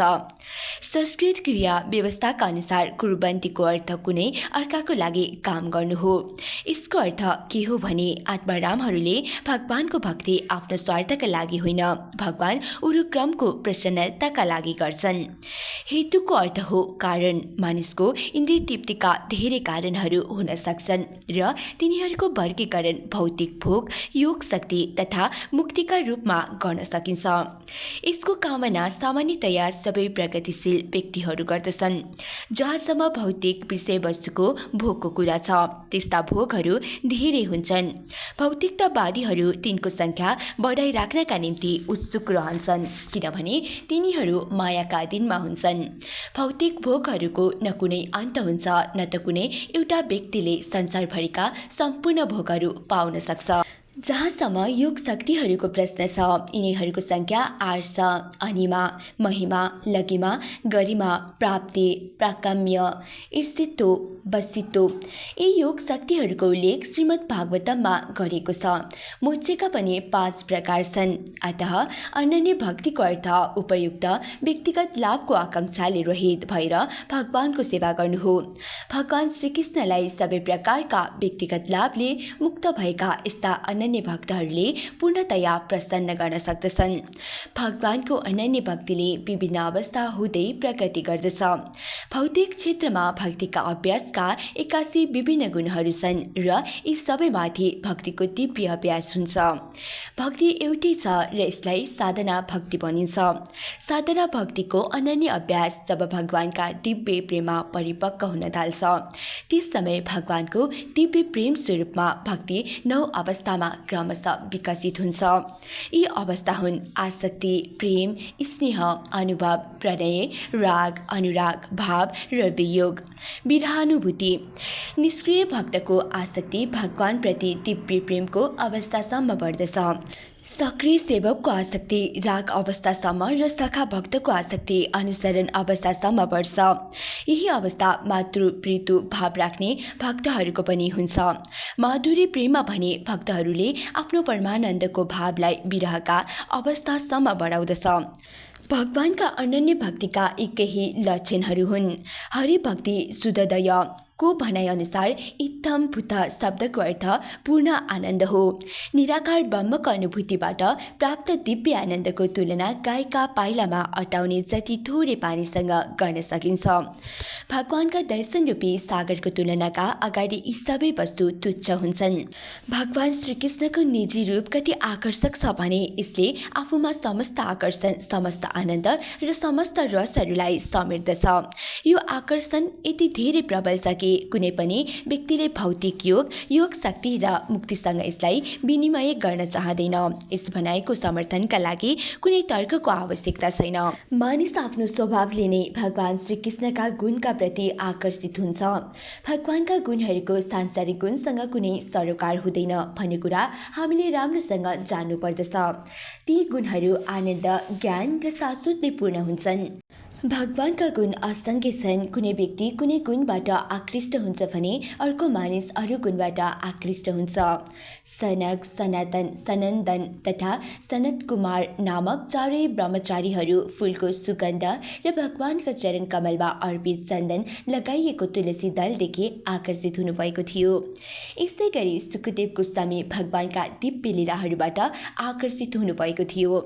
सुखदेव गोस्वामी पहिलेदेखि मुक्त अवस्थामा हुनुहुन्थ्यो, तैपनि उहाँ भगवानका लीलाहरूबाट आकर्षित हुनुभयो। यसबाट के सिद्ध हुन्छ भने भगवानका लीलाहरूको गुणतापसँग भौतिक संसर्गको केही सरोकार हुँदैन। यसरी नै तरिणी गोपाङ्गनाहरू भगवानका शारीरिक स्वरूपबाट आकर्षित थिए भने रुक्मणी भगवानको महिमा श्रवण गरेर आकर्षित हुनुभएको थियो। भगवान श्रीकृष्णले धनकी देवीको मनलाई पनि आकर्षित गरिदिनुहुन्छ। विशेष परिस्थितिहरूमा उहाँले समस्त युवतीहरूको मनलाई मोहित पारिदिनुहुन्छ। उहाँले वयस्क महिलाहरूको मनलाई मातृ स्नेहका रूपमा आकर्षित गर्नुहुन्छ। पुरुषहरूको मनलाई उहाँले सेवक र सखा भावमा आकर्षित गर्नुहुन्छ। हरि शब्दका अनेकौं अर्थ छन्, तर यसको मुख्य अर्थ भने भगवान सबै अशुभ वस्तुहरूलाई विनिष्ट गरेर भक्तहरूको मनलाई शुद्ध दिव्य प्रेम प्रदान गर्नुहुन्छ भन्ने हो। ठुलो विपत्ति आउँदा भगवानको स्मरण गर्नाले मानिसका सबै दुःख र चिन्ताहरू निवृत्त हुन्छन्। भगवानले निर्मल भक्तका भक्ति मार्गमा आउने अवरोधहरूलाई क्रमशः हटाइदिनुहुन्छ र त्यसपछि नवता भक्तिको फल प्रकट हुन सुरु गर्दछ। भगवान आफ्ना साक्षात स्वरूप तथा दिव्य लक्षणहरूद्वारा निष्कपट भक्तका सबै मनोवैज्ञानिक क्रियाकलापहरूलाई आफूप्रति केन्द्रित गर्नुहुन्छ। भगवान श्रीकृष्णको आकर्षण शक्ति यस्तो हुन्छ। यो आकर्षण कति बलियो हुन्छ भने यसलाई पाएपछि शुद्ध भक्त धर्मका 4 नियमहरूमध्ये एउटैको पनि कामना गर्दैन। यी भगवानप्रति रहने दिव्य लक्षणका आकर्षक गुणहरू हुन्। यी शब्दसँग अपि र च शब्द मिलाउनाले यसको आशयमा असीम वृद्धि भएको छ। संस्कृत व्याकरण अनुसार अपि शब्दका 7 पर्याय छन्। अतः यस श्लोकका प्रत्येक शब्दको व्याख्या गर्दा के देख्न सकिन्छ भने शुद्ध भक्तको मन आकर्षित गर्नका निम्ति भगवान श्रीकृष्णमा असंख्य दिव्य गुणहरू पाइन्छन्। हरिर्गुणाचित्तमतिर्भगवान् बादरायणीः अध्ययनगणः दाख्यानं नित्यं विष्णुजनप्रियः। श्री व्यासदेवका पुत्र श्री शुकदेव गोस्वामी दिव्य शक्तिले मात्र सम्पन्न हुनुहुन्नथ्यो, उहाँ भगवत भक्तहरूका पनि अत्यन्त प्रिय हुनुहुन्थ्यो। यसरी उहाँले यस महान कथा श्रीमद् भागवतमको अध्ययन गर्नुभयो। तात्पर्य: ब्रह्म वैवर्त पुराणको भनाइअनुसार श्री शुकदेव गोस्वामी आफ्नै आमाका गर्भमा हुँदैदेखि मुक्तात्मा हुनुहुन्थ्यो। यो बालक जन्मेपछि घरमा कहिले पनि बस्ने छैन भन्ने कुरा श्री व्यासदेवले जान्नुहुन्थ्यो। अतः उहाँले बालकलाई भगवानका दिव्य लीलाहरूमा आसक्त बनाइराख्न श्रीमद् भागवतमको रूपरेखा सुनाउनुभयो। जन्मेपछि बालक श्रीमद् भागवतमका श्लोकहरूको पाठ गरेर धेरै शिक्षित बन्नुभयो। भाव के हो भने सामान्यतया मुक्त आत्माहरू निराकार ब्रह्मका स्वरूपप्रति आसक्त हुन्छन्, किनभने तिनीहरू ब्रह्मसँग एकाकार हुने उद्देश्यले अद्वैतवादी दृष्टिकोण राख्दछन्। तर व्यासदेव जस्ता शुद्ध भक्तहरूका सङ्गतिबाट मुक्त पुरुषहरू पनि भगवानका दिव्य गुणहरूप्रति आकर्षित हुन्छन्। श्री नारदका कृपाद्वारा श्री व्यासदेवले श्रीमद् भागवतम महाकाव्यको वर्णन गर्नुभयो र व्यासदेवका अनुग्रहले श्री शुकदेव गोस्वामीले यसको आशयलाई राम्ररी ग्रहण गर्न सक्ने हुनुभयो। भगवानका दिव्य गुणहरू कति आकर्षक छन् भने श्री शुकदेव गोस्वामी निराकार ब्रह्ममा लीन हुन छोडेर त्यसबाट विरक्त हुँदै भगवानका व्यक्तिगत लीलाहरू आत्मसात गर्नुभयो। व्यावहारिक रूपमा शुकदेव गोस्वामी आफ्ना मनमा यति धेरै समय ब्रह्मका निराकार रूपको भक्तिमा व्यर्थै गुमाए भन्ने विचार गर्दै ब्रह्मको निराकार धारणबाट विरक्त हुनुभयो। अर्को शब्दमा भन्नुपर्दा उहाँले निराकार ब्रह्मको अपेक्षा भगवानको सगुण साकार रूपमा अझ बढी दिव्य आनन्द प्राप्त भएको अनुभूति गर्नुभयो। त्यसै समयदेखि उहाँ विष्णुजन अर्थात् भगवत भक्तहरूका मात्र अत्याधिक प्रिय बन्नुभएको होइन, विष्णुजन पनि उहाँलाई त्यत्तिकै प्रिय लाग्न थाले। जो मानिस भगवत भक्त जीवको सत्ता नष्ट गर्न चाहँदैन र भगवानका निजी सेवक बन्न चाहन्छन्, तिनीहरू निर्विशेषवादीहरूलाई त्यति चाहँदैनन्। यसरी नै ब्रह्ममा एकाकार हुन इच्छुक निर्विशेषवादीहरू भगवत भक्तहरूको मूल्याङ्कन गर्ने कुरामा असमर्थ हुन्छन्। यसरी अनन्तकालदेखि यी दुवै दिव्य तीर्थयात्रीहरू कहिलेकाहीँ प्रतियोगी बन्दै आएका छन्। अर्को शब्दमा भन्दा यी दुवै मध्ये हरेकले आफ्ना चरम साकार तथा निराकार अनुभूतिका कारणले आफूलाई अर्काबाट छुट्टै राख्न खोजेका देखिन्छन्। त्यसैले के प्रतीत हुन्छ भने श्री शुकदेव गोस्वामी पनि पहिले भक्तहरूलाई त्यति चाहनुहुन्न थियो, तर पछि भने उहाँ स्वयं एउटा प्रगाढ भक्त बन्नुभएको हुनाले सदैव विष्णु भक्तहरूको सङ्गत गर्न चाहने हुनुभयो र विष्णुजनहरू पनि उहाँका सङ्गतको कामना गर्ने भए, किनभने उहाँ साक्षात् भागवत बनिसक्नु भएको थियो। यसरी पिता पुत्र दुवै दिव्य ब्रह्मज्ञानसँग अवगत हुनुहुन्थ्यो र पछि उहाँहरू परमेश्वरका साकार रूपमा लीन हुनुभयो। यस प्रकार शुकदेव गोस्वामी कसरी श्रीमद् भागवतमका कथाप्रति आकर्षित हुनुभयो भन्ने उत्तर यस श्लोकबाट प्राप्त हुन्छ। परिचितोऽथ राजर्षे जन्मन कर्म विलापनम संस्थां च पाण्डुपुत्राणां भजे कृष्ण कथोदयम्। सुत गोस्वामीले सौनक आदि ऋषिहरूलाई सम्बोधन गर्दै भन्नुभयो, अब म भगवान श्रीकृष्णका दिव्य कथा र राजर्षि राजा परीक्षितका जन्म क्रियाकलाप एवं मुचिका विषय र पाण्डवहरूद्वारा गृहस्थ आश्रम परित्याग सम्बन्धी कथाहरू भन्नेछु। तात्पर्य: भगवान श्रीकृष्ण पतित आत्माहरूमाथि कति दयालु हुनुहुन्छ भने उहाँ विभिन्न जीवहरूका बीचमा स्वयं अवतार ग्रहण गर्नुहुन्छ र साथै तिनीहरूका दैनिक क्रियाकलापहरूमा पनि सहभागी हुनुहुन्छ। कुनै पनि ऐतिहासिक तथ्य त्यो पुरानो होस् वा नयाँ, यदि त्यसको सम्बन्ध श्रीकृष्णका लीलाहरूसँग हुन्छ भने त्यो भगवानको दिव्य कथा हो भन्ने सम्झनुपर्छ।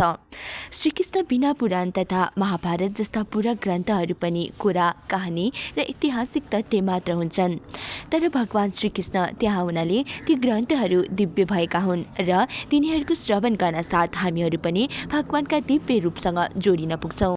श्रीमद् भागवतम पनि एउटा पुराण हो, तर यस पुराणको विशेषता के हो भने यसमा भगवान श्रीकृष्णका लीलाहरू पूरक र ऐतिहासिक तथ्य मात्र नभएर केन्द्रीय बिन्दु स्वरूप नै बनेका छन्। यसैले भगवान श्री चैतन्य महाप्रभुले श्रीमद् भागवतमलाई निष्कलङ्क पुराण भन्नुभएको छ। तर भागवत पुराणका अल्पज्ञ भक्तहरूको एउटा वर्ग यस्तो छ जसले यसका प्रारम्भिक स्कन्धहरूलाई पहिले नबुझी दशक स्कन्धमा वर्णित भगवानका लीलाहरूको आस्वादन गर्न चाहन्छ। अन्य स्कन्धहरू भगवानसँग सम्बन्धित छैनन् भन्ने तिनीहरूको जुन धारणा छ त्यो भ्रान्त धारणा हो। अरू छोडेर दशम स्कन्धमा पुग्नु तिनीहरूको मूर्खता हो। यहाँ पाठकहरूलाई विशेषतः के भनिएको छ भने श्रीमद् भागवतमका अरू स्कन्धहरू पनि दशम स्कन्धकै समान महत्त्वपूर्ण छन्। पाठकहरूले अरू 9 स्कन्धहरूको तात्पर्य नबुझी दशक स्कन्धका विषयवस्तुमा प्रवेश गर्ने प्रयत्न गर्नु हुँदैन। भगवान श्रीकृष्ण र पाण्डवहरू जस्तै उहाँका अन्य निर्मल भक्तहरू पनि समान धरातलमा छन्। भगवान श्रीकृष्ण सबै रसहरूले युक्त आफ्ना भक्तहरूदेखि रहित हुनुहुन्न र पाण्डव जस्ता भक्तहरू पनि भगवानका कृष्णदेखि रहित छैनन्। भक्त र भगवान बीच परस्परमा सम्बन्ध छ, उहाँहरूलाई अलग गर्न सकिँदैन। अतः उहाँहरूसँग सम्बन्धित वार्तालापहरू कृष्ण कथा नै मानिन्छन्। यदा मृदे कौरवर्षिञ्जयानां वीरेषुतो वीरगतिं गतेषु वृकिदरा विद्यगदाभिमर्श भग्नोरुदण्डे धृतराष्ट्रपुत्रे भर्तुः प्रिये दौनिरिति स्म पश्यन् कृष्णासुतानां सुपतां शिरांसि उपाहरदिप्रियमेव तस्य जुगुप्सितं कर्म विग्रहयन्ति।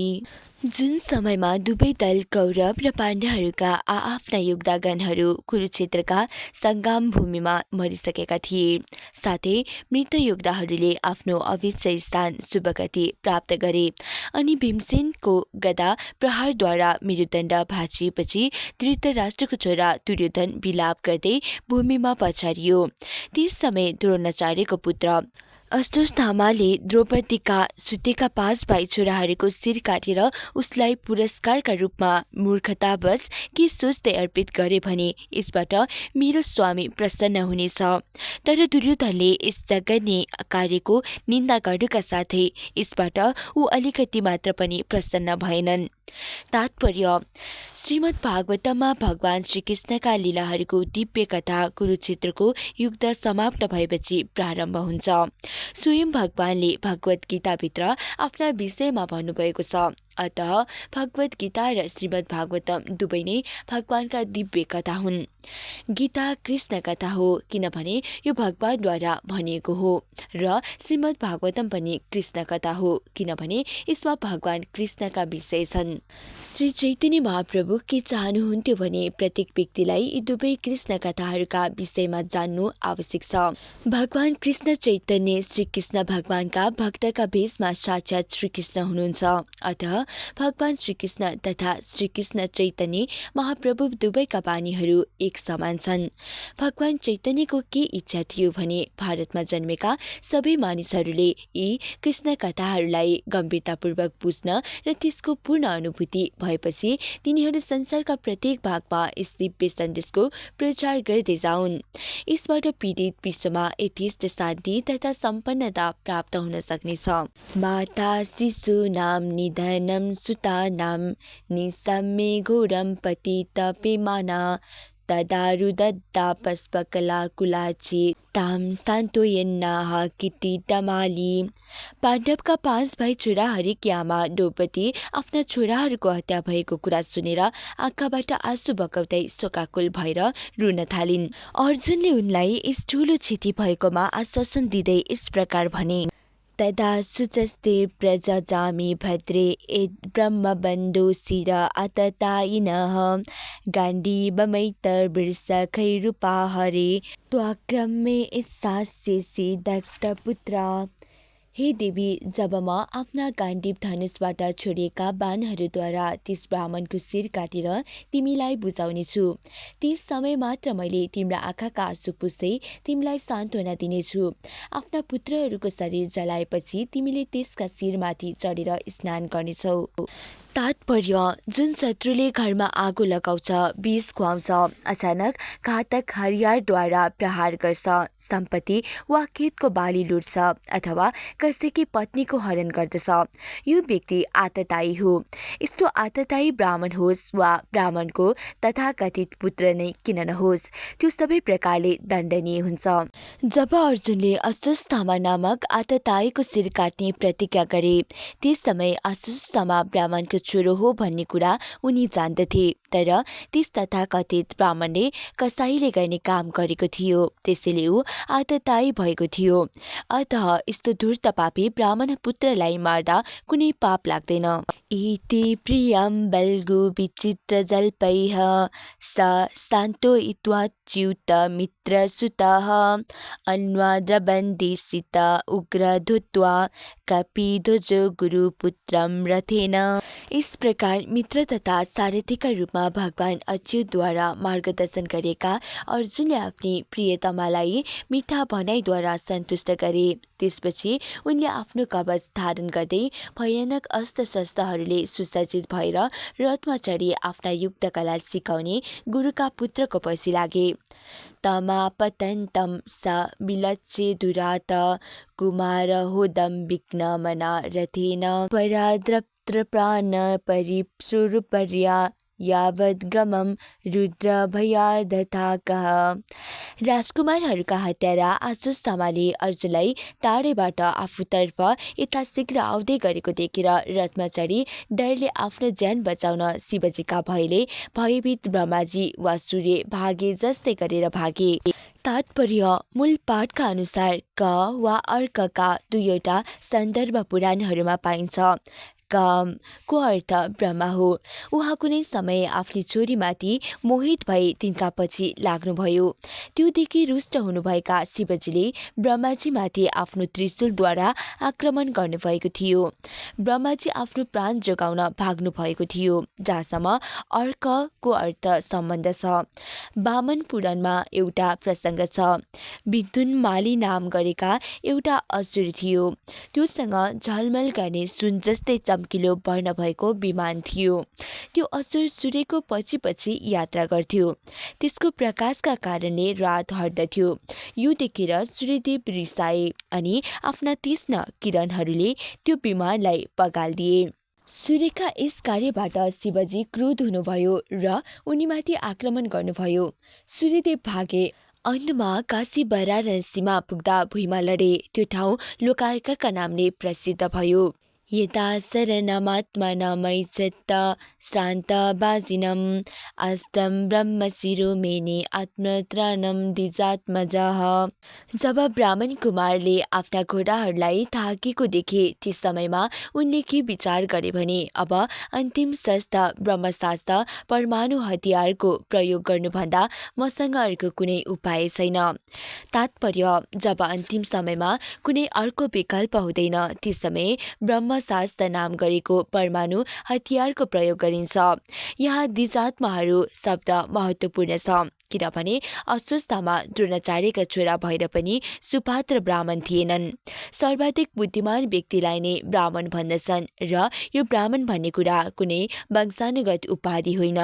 अश्वत्थामालाई पहिले ब्रह्मबन्धु भनिन्थ्यो। ब्राह्मणको मित्र हुनुका अर्थ योग्यतामा पनि ऊ ब्राह्मण नै हुन्छ भन्ने होइन। ब्राह्मणको मित्र अथवा पुत्रलाई पूर्ण रूपले योग्य भएमा मात्र ब्राह्मण भन्न सकिन्छ, अन्यथा सकिँदैन, किनभने अश्वत्थामाको निर्णय अपरिपक्व छ, तसर्थ उनलाई जानी जानी ब्राह्मणको छोरो भनिएको हो। अथोपस्पृश्ये सलिलं सन्देते सत्समाहितः अजन्ननिपि संसारं प्राणकुच्च उपस्थिते। त्यस अवस्थामा तिनको प्राण सङ्कटमा परेको थियो। अतः तिनले आफूलाई पवित्र गर्नका निम्ति जल आचमन गरेर ब्रह्मशास्त्र प्रयोग गर्नका लागि मन्त्रोच्चारणमा आफ्नो ध्यान यस अस्त्रलाई फिर्ता लिने विधि थाहा नभए पनि एकाग्र गरे। तात्पर्य भौतिक क्रियाकलापका सूक्ष्म रूपहरू भौतिक कार्य पद्धतिका स्थूलतर विधिहरूभन्दा अधिक सूक्ष्म हुन्छन्। यस्ता भौतिक क्रियाकलापहरूका यी सूक्ष्म रूपहरू उच्चारणको शुद्धताद्वारा प्राप्त गरिन्छन्। यसै विधिको उपयोग यहाँ ब्रह्मास्त्र चलाउनुभन्दा पहिले मन्त्रोच्चारणपूर्वक गरिन्छ। ततः पातृकिस्तं तेजः प्रचण्डं सर्वतो दिशं प्राणापदमभिपृच्छे विष्णुं जिष्णुरुवाचः। त्यसपछि सबै दिशाहरूमा प्रचण्ड प्रकाशपुञ्ज फैलियो। यो कति भयानक थियो भने अर्जुनलाई आफ्नो प्राण सङ्कटमा परेको कुरा थाहा भयो। अतः भगवान श्रीकृष्णलाई सम्बोधन गर्दै उनले भने, कृष्ण कृष्ण महाबाहु भक्ता नाम भयङ्कर तोमेको दया माना नाना म पर्गो ऋषि सश्रुतेहे। अर्जुनले भने, हे भगवान श्रीकृष्ण, तपाईँ सर्वशक्तिमान परमेश्वर हुनुहुन्छ। तपाईँका शक्तिहरूको कुनै सीमा छैन। त्यसकारण आफ्ना भक्तहरू हृदयमा अभय उत्पन्न गर्न तपाईँ नै एकमात्र समर्थ हुनुहुन्छ। भौतिक सन्तापका ज्वालाहरूमा फँसेका सम्पूर्ण प्राणीहरूका निम्ति तपाईँ नै एकमात्र मोक्ष मार्ग हुनुहुन्छ। तात्पर्य, अर्जुन भगवान श्रीकृष्णका दिव्य गुणहरूसँग परिचित थिए, किनभने कुरुक्षेत्रको युद्धमा दुवैजना सँगसँगै हुनुहुन्थ्यो। त्यसै समयमा यसको अनुभव उनलाई भएको थियो। अतः भगवान कृष्णका सम्बन्धमा अर्जुनको भनाइ प्रामाणिक छ। भगवान श्रीकृष्ण सर्वशक्तिमान हुनुका साथै भक्तका निर्भयताको कारण पनि हुनुहुन्छ। भगवत भक्त सधैँ निर्भय रहन्छ, किनभने उसको रक्षा भगवानले गर्नुहुन्छ। यो भौतिक संसार वनमा लागेको आगो जस्तै हो। यसलाई निभाउने काम भगवान श्रीकृष्णको अनुकम्पाद्वारा नै सम्भव छ। गुरु भगवानकै कृपाका प्रतिनिधि हुन्छन्। त्यसैले संसारका ज्वालामा जल्दै गरेका व्यक्तिले स्वरूप सिद्ध गुरुका माध्यमबाट नै भगवानको कृपारूपी वर्षा प्राप्त गर्न सक्छ। गुरुले आफ्नो वाणीद्वारा पीडित व्यक्तिका हृदयमा प्रवेश गरेर दिव्य ज्ञान प्रदान गर्न सक्नुहुन्छ, जसबाट संसारको अग्नि निभ्न सक्छ। तुमाद्यं पुरुषः साक्षादीश्वरः प्रकृतेः परः मायं व्युदस्य चिच्छक्या केवले स्थित आत्मानि। तपाईँ आदि भगवान हुनुहुन्छ, जसको विस्तार सम्पूर्ण सृष्टिमा छ। भौतिक शक्तिभन्दा तपाईँ पर हुनुहुन्छ। तपाईँले आफ्नो आध्यात्मिक शक्तिद्वारा भौतिक शक्तिका सबै प्रभावहरूलाई टाढा भगाइदिनु भएको छ। निरन्तर शाश्वत आनन्द र दिव्य ज्ञानमा तपाईँ अवस्थित रहनुहुन्छ। तात्पर्य, भगवान भगवत गीतामा के भन्नुहुन्छ भने, जुन व्यक्ति भगवानका चरण कमलको शरण ग्रहण गर्छ त्यो अवधिको पासोबाट छुट्न सक्छ। भगवान श्रीकृष्ण सूर्य समान हुनुहुन्छ भने माया अथवा भौतिक जगत अन्धकार समान छ। जहाँ जहाँ सूर्यको प्रकाश पुग्छ त्यहाँबाट अन्धकार या अज्ञान टाढा भाग्दछ। यहाँ अज्ञानले युक्त संसारबाट निस्कने सर्वोत्तम उपाय बताइएको छ। यहाँ भगवानलाई आदि पुरुष भनिएको छ। उहाँबाटै अन्य सबै भगवदीय पुरुषहरूको विस्तार हुन्छ। सर्वव्यापी भगवान विष्णु भगवान कृष्णका पूर्ण अंश वा विस्तार हुनुहुन्छ। भगवानले ईश्वर जीव र आफ्ना शक्तिहरू समेत असङ्ख्य रूपहरूमा आफ्नो विस्तार गर्नुहुन्छ। तर श्रीकृष्ण मूल आदि भगवान हुनुहुन्छ, जसबाट प्रत्येक पदार्थ उत्पन्न हुन्छ।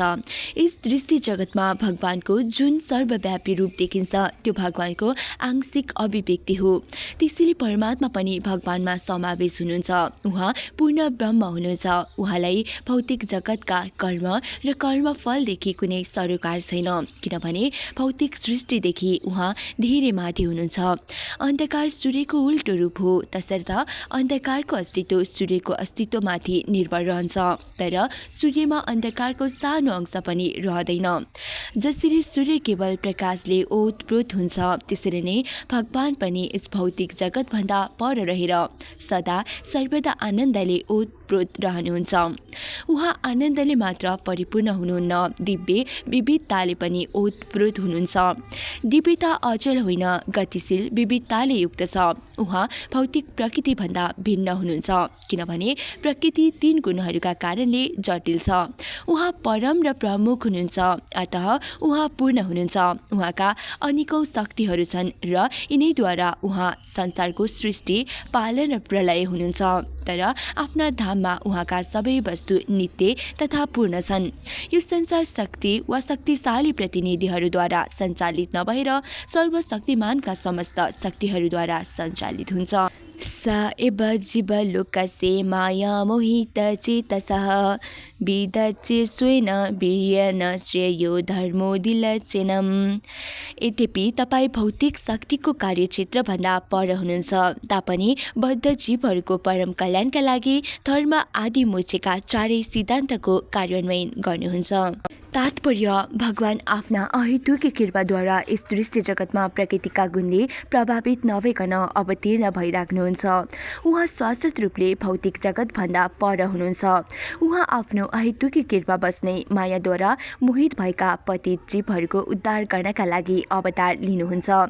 यी जीवहरू मायाद्वारा आक्रान्त हुन्छन् र झुटो बहाना बनाएर त्यसको भोग गर्न चाहन्छन्।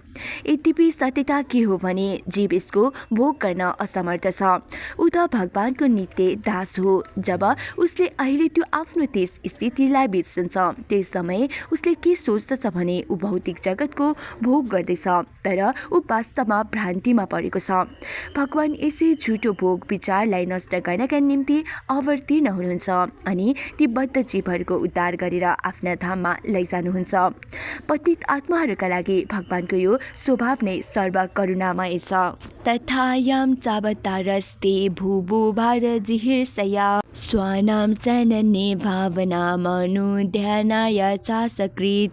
इस प्रकार तपाईले संसारको भार हटाउन र तपाईका ध्यानमा तल्लीन रहने अनन्य भक्तहरू तथा मित्रहरूलाई यथेष्ट लाभ प्रदान गर्नका लागि अवतार धारण गर्नुहुन्छ। तात्पर्य भगवानले आफ्ना भक्तहरूको मात्र पक्ष लिनुभएको जस्तो देखिन्छ। सबै मानिसहरू भगवानसित सम्बन्धित छन्। उहाँ सबैप्रति समान हुनुहुन्छ। त्यही पनि आफ्ना जन तथा भक्तहरूमाथि उहाँ विशेष अभिरुचि राख्नुहुन्छ। भगवान सबैका पिता हुनुहुन्छ। उहाँको न कुनै पिता बन्न सक्दछ न कुनै पुत्र नै बन्न सक्दछ। उहाँका भक्तहरू नै उहाँका इष्ट मित्र र परिजन हुन्। यो उहाँको दिव्य लीला हो। यसको सांसारिक सम्बन्ध पितृत्व अथवा अरू कसैसँग कुनै सरोकार हुँदैन। जस्तै माथि भनिसक्यो भगवान प्रकृतिका गुणहरूदेखि माथि हुनुहुन्छ, तसर्थ भक्तिमा उहाँको सांसारिक कुनै इष्ट मित्र तथा सम्बन्धी छैन। किमिदं स्वीत्कुतो वेदी देवदेव न वेदम्यहं सर्वतोमुखा मायायति तेजः परम दारुणम्। हे देवाधिदेव, चारैतिर फैलिरहेको यो डरलाग्दो तेज कस्तो हो? यो कहाँदेखि आइरहेको छ? मैले यसलाई बुझ्न सकेको छैन। तात्पर्य भगवानलाई जुनसुकै वस्तु अर्पण गरे पनि त्यो अत्यन्त सम्मानका साथ प्रार्थनापूर्वक अर्पण गर्नुपर्छ। यही नै मान्य विधि हो। भगवानका अन्तरङ्ग सखा हुँदाहुँदै पनि अर्जुनले सामान्य मानिसहरूलाई सूचित गर्ने उद्देश्यले यस विधिको पालन गरेका हुन्। वेत्थेदं द्रोणपुत्रस्य ब्रह्मास्त्रं प्रदर्शितं नैवासं वेद संहारं प्राणबाध उपस्थिते। श्री भगवानले भन्नुभयो यो द्रोण पुत्र अस्वस्थमाकारी हो भन्ने कुरा तिमीले बुझ। तिनले यसलाई कसरी फिर्ता गर्नुपर्छ यो कुरा नजानेर ब्रह्मास्त्रको मन्त्र प्रयोग गरेका छन्। तिनले यो कार्य उपायहीन भएर उपस्थित मृत्युको डरले गरेका हुन्। तात्पर्य ब्रह्मास्त्र आधुनिक परमाणु हतियार जस्तै हो। यसको सञ्चालन परमाणु ऊर्जाबाट गरिन्छ। परमाणु शक्तिले पूर्ण ज्वलनशीलतामाथि आधारित भएर कार्य गर्दछ र ब्रह्मास्त्रले पनि यसरी नै काम गर्दछ। यस परमाणु विकिरणहरूले असह्य ताप उत्पन्न गर्दछन्, तर फरक कति छ भने परमाणु बम एउटा स्थूल नाभिकीय हतियार हो भने ब्रह्मास्त्र सूक्ष्म हतियार हो जसलाई मन्त्र पढेर उत्पन्न गरिन्छ। यो अत्यन्त भिन्न विज्ञान हो र प्राचीन समयमा भारतवर्षमा यस्ता विज्ञानको प्रशिक्षण विकास हुने गर्दथ्यो। मन्त्रोच्चारणको यो सूक्ष्म विज्ञान भौतिक पनि हो, तर अहिलेसम्म आधुनिक भौतिक वैज्ञानिकहरूले यसको जानकारी पाउन बाँकी नै छ। सूक्ष्म भौतिक विज्ञान कहिले पनि आध्यात्मिक हुन सक्दैन, तर यसको सम्बन्ध आध्यात्मिक विधिसँग हुन्छ जो अहिले सूक्ष्म छ। मन्त्रोच्चारण गर्ने व्यक्तिले के जान्दथ्यो भने अस्त्रलाई कुन विधिले छोड्ने र फेरि त्यसलाई कसरी फिर्ता लिने, यो पूर्ण ज्ञान थियो। तर यस सूक्ष्म विज्ञानको प्रयोगकर्ता द्रोणपुत्रले यसलाई कसरी फिर्ता लिनुपर्ने हो सो कुरा जान्दैनथे। उनले आफ्नो मृत्यु नजिकै आएको देखेर भयभीत भएर यसको प्रयोग त गरे, तर यो प्रयोग गराई अनुचित मात्र नभएर धर्म विरुद्ध पनि थियो। ब्राह्मण पुत्र भएकोले उनले यस्तो गल्ती गर्न हुँदैनथ्यो। यसरी कर्तव्यको उपेक्षा भएको हुँदा भगवानबाट उनी दण्डित हुनु पर्यो। न हेस्यान्यतं किञ्चिदस्त्रं प्रत्येवकर्षणं जैहेस्त्र तेज उन्मुद्दमस्त्रोके तेजसा। हे अर्जुन, अर्को ब्रह्मास्त्रले मात्र यस अस्त्रलाई निस्तेज गर्न सक्छ। तिमी सैन्य विज्ञानका ज्ञाता छौ, तसर्थ आफ्ना अस्त्र शक्तिद्वारा यस अस्त्रको ज्वालालाई निस्तेज गरिदेऊ। तात्पर्य: परमाणु बमको प्रभावलाई निस्तेज गर्ने कुनै अर्को प्रस्ती अस्त्र छैन, तर सूक्ष्म विज्ञानद्वारा ब्रह्मास्त्रको प्रभावलाई निस्तेज गर्न सकिन्छ र त्यस समय जो मानिसहरू सैन्य विज्ञानमा कुशल हुन्थे तिनीहरू ब्रह्मास्त्रलाई निस्तेज गर्न सक्थे। द्रोण पुत्र अस्वस्थमा यस अस्त्रलाई शान्त गर्ने कला जान्दैनथे, अतः आफ्ना अस्त्रद्वारा यस अस्त्रलाई शान्त गर्न अर्जुनलाई आदेश दिइयो। श्रुत्वा भगवता प्रोक्तं फाल्गुनः परवीरः स्पृष्टवापस्तं परिक्रम्य ब्रह्मास्त्र सन्ददे। श्री सुत गोस्वामीले भन्नुभयो, भगवानबाट यो कुरा सुनेर अर्जुनले शुद्धिका निम्ति जल स्पर्श गर्दै भगवान श्रीकृष्णको परिक्रमा गरेर त्यस अस्त्रलाई निस्तेज गर्नका लागि आफ्नो ब्रह्मास्त्र छोडे। संहत्यानु न्यूमु भयोस्तेजसि सरं सवृत्ते आवृते रोदसी कम च बभ्रिधातिर्गर्भहिवत्। जब दुवै ब्रह्मशास्त्रहरूका किरणहरू परस्पर मिले त्यस समय सूर्यको बिम्ब सरह अग्निको एउटा विशाल चक्रले समस्त बाहिरी आकाश तथा लोकहरूको सम्पूर्ण आकाश ढाकिदियो। तात्पर्य: ब्रह्मास्त्रका ज्वालबाट उत्पन्न भएको उष्मा सृष्टिको प्रलय हुँदा सूर्यको बिम्बबाट निस्कने अग्नि जस्तै उद्दीप्त हुन्छ। ब्रह्मास्त्रबाट उत्पन्न तापबाट परमाणु शक्तिका विकिरण भन्दा धेरै तातो हुन्छ। परमाणु बम विस्फोटनबाट एउटै मात्र भूखण्ड ध्वस्त हुन्छ, तर ब्रह्मास्त्रद्वारा जायमान तापबाट सम्पूर्ण ब्रह्माण्ड नै नष्ट हुन सक्दछ। तसर्थ यसको तुलना प्रलयकालीन उष्मासँग गरिएको छ। दृष्ट्वास्त्र तेजस्त्रुत यो स्त्रीलोकान् प्रदहन् महत् दह्यमानः प्रजाः सर्वाः साम्वर्तकममं सत। तिनै लोकजनलाई जलाउने ती दुई ब्रह्मशास्त्रको तेजले मानिसहरू जल्न लागेको देखेर सबैले यो त प्रलयकालको साम्वर्तक अग्नि हो भनी निश्चय गरे। तात्पर्य: तीन लोक हुन् ब्रह्माण्डको माथिल्लो, तल्लो र बीचका लोकहरू। हुन त ब्रह्मास्त्र पृथ्वीमा छोडिएको थियो, तर दुवै अस्त्रको सम्मिलित उष्मा सारा ब्रह्माण्डमा व्याप्त भयो र विभिन्न लोक निवासीहरूले असह्य उष्माको अनुभव गर्न लागे। तिनीहरूले यसको तुलना साम्वर्तक अग्निसँग गर्न थाले। ब्रह्माण्डका कुनै पनि लोक जीवजन्तुले रही छैनन्, तर यो कुरा अल्प बुद्धि भएका भौतिकतावादीहरू सोच्न सक्दैनन्। पजोपद्रवो मालच्छे लोक व्यतिकरं च तं मम च वासुदेवस्य समजहारार्जुनोदयम्। यसरी जनतामा फैलिएको खलबली एवं लोकको निकटवर्ती विनाशलाई देखेर अर्जुनले यथाशीघ्र भगवान श्रीकृष्णको इच्छा अनुसार दुवै अस्त्रको तेजलाई प्रत्याकर्षण गरिदिए। तात्पर्य: आधुनिक परमाणु बमको विस्फोटले संसारको संहार गर्न सक्छ भन्ने कुरा मूर्खतापूर्ण कल्पना हो। पहिलो कुरा, परमाणु शक्ति संसारको विनाश गर्नका निम्ति पर्याप्त सक्षम छैन। अर्को कुरा, यो सबै परमेश्वरका परम इच्छामाथि निर्भर छ, किनभने उहाँको इच्छा वा स्वीकृति बिना केही पनि बनाउन र बिगार्न सकिँदैन। अन्ततः प्राकृतिक नियम शक्तिशाली छ भन्ने सोच्नु पनि मूर्खता हो। भौतिक प्रकृतिका नियमले त भगवानका निर्देशन अनुसार काम गर्छ। यसको पुष्टि भगवत गीतामा भएको छ। त्यहाँ भगवान के भन्नुहुन्छ भने प्राकृतिक नियमहरू उहाँको अध्यक्षतामा कार्यरत हुन्छन्। यस संसारको प्रलय भगवानका इच्छाद्वारा हुन सक्छ, ठुला ठुला राजनीतिज्ञहरूको आकस्मिक इच्छाद्वारा होइन। भगवान श्रीकृष्णले के इच्छा प्रकट गर्नुभएको थियो भने द्रोणी र अर्जुन दुवैले छोडेका अस्त्रहरू फिर्ता गरिनु पर्दछ र यस आज्ञाको पालन अर्जुनले अविलम्ब गरेर देखाए। यसै गरी सर्वशक्तिमान भगवानका अनेकौं प्रतिनिधिहरू छन् र उनीहरूले भगवानले जे चाहनुहुन्छ सोही अनुसार कार्य गर्दछ। तत आसाद्यतरसा दारुणं गौतमी सुतं बबन्धमर्मस्ताप्म्यच्छेह पशुं रसनया यथा। तामाका दुईवटा राता गोलाकार बिम्ब जस्तै रिसले प्रज्वलित आँखा बनाउँदै अर्जुनले अत्यन्त कुशलतापूर्वक गौतमीका पुत्र अश्वत्थामालाई बन्दी बनाउनका साथै डोरीले पशुलाई बाँधे जस्तै बाँधे। तात्पर्य अस्वस्थामाकी माता कृपीको जन्म गौतम कुलमा भएको थियो। अस्वस्थामालाई समातेर पशुलाई जस्तै डोरीले बाँध्नु यस श्लोकको महत्त्वपूर्ण विषय हो। श्रीधर स्वामीको भनाइअनुसार आफ्नो धर्मको कार्य अनुरूप अर्जुनले यी ब्राह्मण पुत्रलाई पशु सरह पक्राउनु परेको थियो। श्रीधर स्वामीका यस भनाइ पुष्टिपछि गएर भगवान श्रीकृष्णको भनाइबाट पनि हुन जान्छ।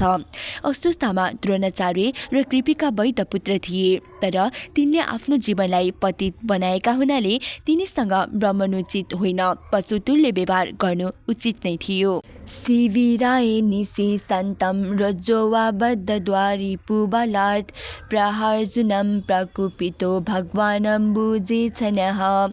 अस्वस्थामालाई बाँधिसकेपछि अर्जुनले उनलाई जब सैनिक शिविरतर्फ लैजान खोज्दै थिए त्यस समय आफ्ना कमल जस्ता सुन्दर नेत्रले हेर्दै भगवान श्रीकृष्णले कुपित भएर अर्जुनलाई यसरी भन्नुभयो। तात्पर्य यहाँ अर्जुन र भगवान श्रीकृष्ण दुवैलाई क्रोध भनिएको छ, तर अर्जुनका आँखा तताएको तामाका गोला जस्ता थिए भने भगवानका आँखा कमल जस्ता थिए। यसको अर्थ के हो भने अर्जुन र भगवानको रिसाएको रूप उस्तै हुँदैन।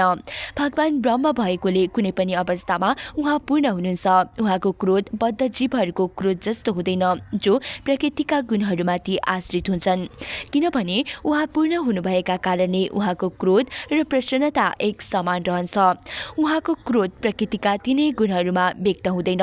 यो आफ्ना भक्तको हितका निम्ति उहाँको मनको झुकावको प्रतीक मात्र हो, किनभने त्यही नै उहाँको दिव्य प्रकृति हो। त्यसैले उहाँ क्रोध हुँदा पनि क्रोधको पात्र धन्य बन्दछ। उहाँ सबै परिस्थितिमा अपरिवर्तित रहनुहुन्छ। मैनम पर्थार्सित प्रातुं ब्रह्मबन्धुमिमं जहि यो सावनाग सह सुप्तान बदिन्निसि बालकान्। भगवान श्रीकृष्णले भन्नुभयो, हे अर्जुन, यस ब्रह्मबन्धुलाई मुक्त गर्न तिमी दया नदेखाऊ, किनभने यसले सुतेका निर्दोष बालकहरूको हत्या गरेको छ। तात्पर्य यहाँ ब्रह्मबन्धु शब्द महत्त्वपूर्ण छ। जो व्यक्ति ब्राह्मण कुलमा त जन्मन्छ तर ब्राह्मण भन्न योग्य छैन भने त्यो ब्राह्मण होइन।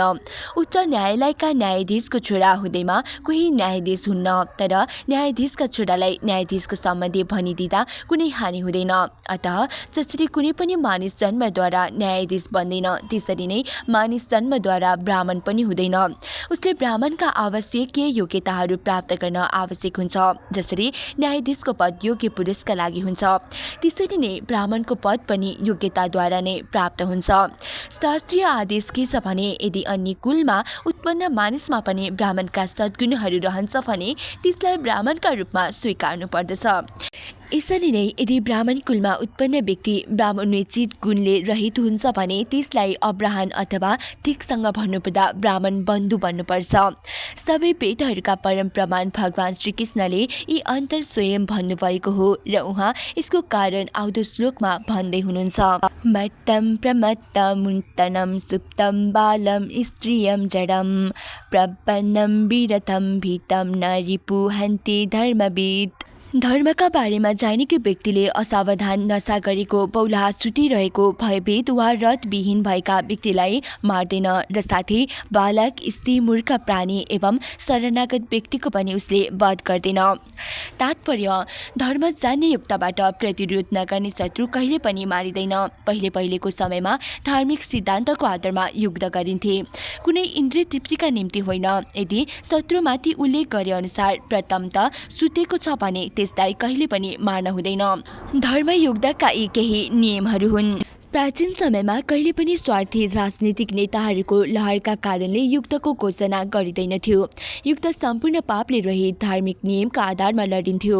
धार्मिक सिद्धान्तहरूका आधारमा गरिएको हिंसा तथाकथित अहिंसाभन्दा धेरै श्रेष्ठ हुन्छ। स्वप्राणनयः परप्राणयः प्रपुरुषनात्य घृणः खलः तदुदस्तस्ते हि श्रेयो यदुस्साधात्येधा प्रुमान्। अर्काको प्राण लिएर आफ्नो पोषण गर्ने क्रूर एवं दुष्टलाई मारिदिनाले त्यसको कल्याण हुन्छ, अन्यथा त्यस्तो व्यक्ति आफ्नो दुष्कर्मले गर्दा झन्झन तलतिर जान्छ। तात्पर्य जो व्यक्ति क्रूरता र निर्जलतापूर्वक अर्काको जीवन नष्ट गरेर आफ्नो जीवनयापन गर्दछ त्यसका निम्ति प्राणको सट्टा प्राण नै उपयुक्त दण्ड हुन्छ। त्यस्ता क्रूर व्यक्तिलाई नरक यात्राबाट जोगाउनका निम्ति प्राण दण्ड दिनुपर्छ भन्ने राजनीतिक नैतिकताको सिद्धान्त छ। यदि शासनले कुनै हत्यारालाई मृत्युदण्ड दिन्छ भने यो कुरा अपराध उत्तराधिका लागि राम्रो हुन्छ, किनभने उसले आउँदो जीवनमा यस्ता हत्या गरेको फल भोग्न पर्दैन। यस्तो प्राणदण्ड त्यस हत्याराको लागि न्यूनतम सम्भव दण्ड हो र स्मृतिशास्त्रमा के भनिएको छ भने जसलाई राजाद्वारा प्राणको सट्टा प्राण भन्ने आधारमा उक्त दण्ड दिन्छ तिनीहरू आफ्ना सबै पापबाट मुक्त हुन्छन् र केही समय पश्चात स्वर्ग लोकसम्म जान योग्य हुन्छन्। नागरिक संहिता तथा धर्मका महान लेखक मनुको भनाइअनुसार पशुवध गर्ने मानिसलाई पनि हत्यारा ठान्नु पर्दछ, किनभने पशु कहिले पनि सभ्य मानिसको खाद्य वस्तु होइन। सभ्य मानिसको कर्तव्य आफूलाई भगवत धाम जानका लागि योग्य बनाउनु हो। उनको भनाइ छ पशुहरूको वधको पछाडि पापी दलको नियत षड्यन्त्र रहन्छ, अतः तिनीहरू त्यसरी नै दण्डनीय हुन्छन् जसरी मानिस मार्ने हिंसकहरू दण्डनीय हुन्छन्। पशु हिंसाको आदेश गर्ने, पशुवध गर्ने, काटेका पशुहरूको मासु बेच्ने, पशुको मासु पकाउने, यस्तो लक्षण वितरण गर्ने र पकाएको यस्तो भजे खाने यी सबै हत्यारा हुन् र प्रकृतिका नियमद्वारा उक्त सबै व्यक्तिहरू दण्डनीय हुन्छन्। कसैले कति नै वैज्ञानिक प्रगति किन नगरोस्, उसले कतै प्राणीलाई उत्पन्न गर्न सक्दैन, अतः जसले जीवनको निर्माण गर्न सक्दैन त्यसलाई मानिसँग जीवनको वध गर्ने अलिकति मात्र पनि अधिकार छैन। पशु भक्षकहरूका लागि शास्त्रमा सीमित पशु यज्ञको मात्र अनुमति उपलब्ध छ र यस्तो अनुमति पशुवध गर्ने प्रोत्साहन प्रदान गर्न होइन, तर अनियन्त्रण वध्यशाला खोल्न प्रतिबन्ध लगाउने उद्देश्यले हो। शास्त्रहरूमा जुन विधि अन्तर्गत पशु यज्ञको अनुमति दिएको छ यो विधि बलु बनाइने पशु र पशु भक्षक यज्ञकर्ता यी दुवैका हितमा निहित छ। यो पशुका हितमा कसरी छ भने बलि हुने पशु वेदीमा बलि हुनासाथ ऊ मनुष्य योनिमा पुग्दछ भने पशु भक्षक पनि स्थूल पापहरूबाट बच्दछ। प्रचलनमा ल्याइएका वधशालाहरूबाट प्राप्त हुने मासु समाज, देश तथा जनताका निम्ति सबै प्रकारका रोगहरूको कारण हो। यो भौतिक जगत स्वयं नै दुःखपूर्ण स्थान हो र यसमा पशुहरूको वधलाई प्रोत्साहित गर्नाले सम्पूर्ण वातावरण युक्त महामारी, अकाल र अन्य अवांछित विपत्तिहरूद्वारा अधिकाधिक दूषित हुँदै जान्छ। प्रतिश्रुतं च भवता पाञ्चाल्ये शृणोतु मम आहारिष्ये शिरस्तस्य स्ते मानिनी पुत्रः। यसभन्दा अतिरिक्त मैले स्वयं तिमीले द्रौपदीसित के प्रतिज्ञा गरेको सुनेको छु भने तिमी तिनका पुत्रहरूलाई मार्ने हत्याराको शिर ल्याएर उनका सामुमा राखिदिनेछौ। तदसौ बध्यतां पाप अर्थतायात्मबन्धुः भर्तुश्च विप्रियं वीर कृतवान् कुलपांसनः। यो व्यक्ति तिम्रै कुलका सदस्यहरूको हत्यारा र वधकर्ता हो। यति मात्र होइन, यसले आफ्ना स्वामीलाई पनि असन्तुष्ट पारेको छ। यो आफ्नो कुलको खरानी हो, तिमीले छिट्टै यसको वध गर। तात्पर्य, द्रोणाचार्यको छोरालाई यहाँ कुलङ्गार भनिएको छ। द्रोणाचार्यको नामको अत्यधिक सम्मान थियो, यद्यपि ती शत्रु पक्षमा गएका थिए, तथापि सबै पाण्डवहरू तिनको सम्मान गर्थे र अर्जुनले त युद्ध आरम्भ हुनु पूर्व तिनलाई नमस्कार गरेका थिए। यसरी उनमा कुनै खराबी थिएन, तर द्रोणाचार्यका छोराले यस्तो कर्म गरेर आफूलाई पतित बनाएका थिए जो देशहरूले कहिले गर्दैनन्। द्रोणाचार्यका पुत्र अश्वत्थामाले द्रौपदीका सुतेका 5 भाइ छोराहरूको हत्या गरेको हुँदा उनको मालिक दुर्योधन पनि उसँग अप्रसन्न थियो, किनभने उसले कहिले पनि पाण्डवहरूका सुतेका 5 भाइ छोराहरूको हत्या सम्बन्धी जघन्य कार्यको अनुमति दिएको थिएन। यसको अर्थ के हो भने ती अश्वत्थामा अर्जुनकै कुटुम्बीहरूका वधकर्ता आततायी भए, अतः ती अर्जुनद्वारा दण्डनीय थिए। शास्त्रमा के भनिएको छ भने जो चेतावनी नदिकन आक्रमण गर्छ, पछाडिबाट हमला गरेर मार्छ, अर्का घरमा आगो लगाउँछ र अर्काकी पत्नीको हरण गर्छ भने त्यो मारिन योग्य हुन्छ। भगवान श्रीकृष्णले अर्जुनलाई यी कुराहरू भन्नुभयो, जसबाट उनी ती कुराहरूमाथि ध्यान दिएर तदनुसार कारवाही गर्न अघि बढुन्। एवं परिछता धर्म पार्थः कृष्णेन चोदितः नैच्छदन्तुं गुरुसुतं यद्यप्यात्महनं महान्। सुत गोस्वामीले भन्नुभयो, यद्यपि भगवान श्रीकृष्णले अर्जुनलाई धर्म परीक्षा गर्दा द्रोणाचार्यका छोराको वध गर्न प्रोत्साहन दिनुभयो, तथापि महात्मा अर्जुनलाई आफ्नै सन्ततिको हत्यारा भए पनि अस्वस्थामालाई मार्ने विचार अथोचित लागेन। तात्पर्य, अर्जुन निसन्देह महात्मा हुन् र त्यो कुरा यहाँ पनि सिद्ध हुन्छ। यहाँ भगवान् श्रीकृष्णले स्वयं प्रोत्साहित गर्नुभएको छ, तर अर्जुन आफ्ना गुरुपुत्रलाई जीवनदान दिनुपर्दछ भन्ने कुरा सोच्दछन्, किनभने तिनले अयोग्य पुत्र भएर आफ्नो आकस्मिक विचारद्वारा जघन्य कर्म गरेका हुन्, तर उनी द्रोणाचार्यका नै छोरा हुन्। भगवान् श्रीकृष्णले अर्जुनलाई केवल बाहिरबाट प्रोत्साहित गर्नुभयो, किनभने उहाँ अर्जुनको कर्तव्य परायणताको परीक्षा गर्न चाहनुहुन्थ्यो।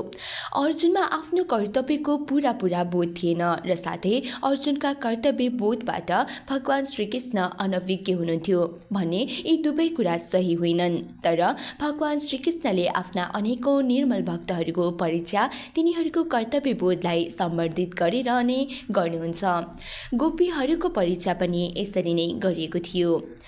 प्रहलाद महाराजको पनि परीक्षा गरियो, तर सबै आधिकारिक भक्तहरू भगवानद्वारा गरिएको आफ्नो परीक्षामा सुयोग्य सफल भए। अथोपेत्ति सुशिबिरं गोविन्द प्रिय सारथिः नेय वेदयत्तं प्रियाय सोचन्त्या आत्मजानहतान्। आफ्ना प्रिय मित्र एवं सारथी सहित शिविरमा पुगेर मारिएका आफ्ना छोराहरूको निम्ति विलाप गर्दै गरेकी आफ्नी प्रिय पत्नीका अघि अर्जुनले ती हत्यारालाई सुम्पे। तात्पर्य, भगवान् श्रीकृष्णका साथमा रहेको अर्जुनको दिव्य सम्बन्ध घनिष्ठ मित्रताका रूपमा छ। भगवत गीतामा भगवानले स्वयं अर्जुनलाई प्रियतम सखा भन्नुभएको छ। यसरी प्रत्येक जीव, त्यो दास्य भावको होस् वा सख्य भावको, वात्सल्य भावको होस् अथवा माधुर्य प्रेमको होस्, कुनै न कुनै प्रिय सम्बन्धद्वारा भगवानसँग जोडिएको हुन्छ। भक्ति योगको विधिद्वारा निष्ठापूर्वक प्रयत्न गर्नाले र चाहनाले प्रत्येक व्यक्तिलाई आध्यात्मिक जगतमा भगवानको सान्निध्य प्राप्त हुन सक्छ।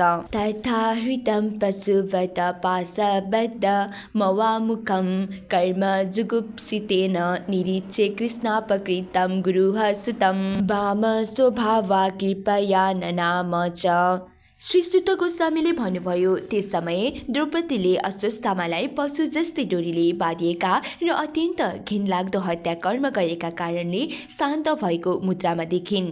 आफ्नो स्थिर स्वभाववश तथा स्वभावतः उत्तम र भद्र भएकीले ब्राह्मणका रूपमा उनले तिनको सम्मान गरिन्। तात्पर्य, अस्वस्थामाको भर्सना स्वयं भगवानले गरिसक्नु भएको थियो र अर्जुनले तिनका साथ ब्राह्मण वा गुरुपुत्रलाई जस्तो होइन, अभियुक्तलाई जस्तो व्यवहार गरेका थिए। तर जुन समय तिनलाई द्रौपदीको सन्मुख ल्याइयो, त्यति समय आफ्नो छोराहरूको हत्याबाट यद्यपि उनी सन्तप्त थिइन् र हत्यारा पनि सामुमा थियो, तापनि उनले ब्राह्मण वा ब्राह्मण पुत्रलाई दिइने सम्मानबाट उनलाई वञ्चित गरिनन्। यो द्रौपदीको कोमल नारी स्वभावको कारण थियो। स्त्री जाति बालक जस्ता कोमल मनका हुन्छन्, उनीहरूमा पुरुष जातिमा जस्तो विवेक शक्ति कठोर हुँदैन। अस्वस्थामा स्वयं आफूलाई द्रोणाचार्य या ब्राह्मणका पुत्रका रूपमा अयोग्य साबित गरेका थिए। यसर्थ भगवान् श्रीकृष्ण जस्ता सर्वश्रेष्ठ व्यक्तिले तिनको भर्सना गर्नुभएको थियो। तर एउटी मृदु स्त्री भएकीले द्रौपदीले ब्राह्मणप्रति आफ्नो सौजन्यपूर्ण व्यवहार छोड्न सकिनन्। अहिले पनि हिन्दू परिवारमा नारीहरू ब्राह्मण जातिप्रति समुचित आदर प्रदर्शित गर्छन्, ऊ कति नै पतित र निसम्य ब्रह्मबन्धु किन नहोस्। तर पुरुष वर्गले भने अब यस्ता ब्रह्मबन्धुप्रति विरोधको भाव व्यक्त गर्न थालेका छन्, जो उत्तम ब्राह्मण कुलमा उत्पन्न त हुन्छन्, तर तिनीहरूका काम भने शूद्रहरूका भन्दा पनि तल्लो स्तरका हुन्छन्। यस श्लोकमा एउटा विशिष्ट शब्द वाम स्वभाव प्रयोग भएको छ, जसको अर्थ स्वभाव मृद तथा भद्र भन्ने हुन्छ। उत्तम कोटिका पुरुष या स्त्री कुनै पनि कुरा सरलतापूर्वक स्वीकार्दछन्, तर औसत बुद्धिका पुरुषहरू यस्तो गर्न सक्दैनन्। तर हामीले भद्र बन्ने उद्देश्य लिएर आफ्नो तर्क र विवेक शक्ति नष्ट गर्न हुँदैन। मानिससँग कुनै पनि कुरामा त्यसको गुण अनुसार निर्णय गर्नका निम्ति सुन्दर विवेक शक्ति हुनुपर्दछ। हामीले मृदु स्त्री स्वभावको अनुकरण गर्न हुँदैन र जो प्रामाणिक असल छैन त्यसलाई तुरुन्त स्वीकार गर्न हुँदैन। उत्तम स्वभावकी स्त्रीले अस्वस्थमा जस्ताको सम्मान गर्न सक्दछन्, तर यसको अर्थ ती सच्चा ब्राह्मण जस्ता उत्तम छन् भन्ने होइन। उवाच चासहन्त्यस्य बन्धनानयनं सति मुच्युं तां मुच्युतामेष ब्राह्मणो नितरां गुरुः।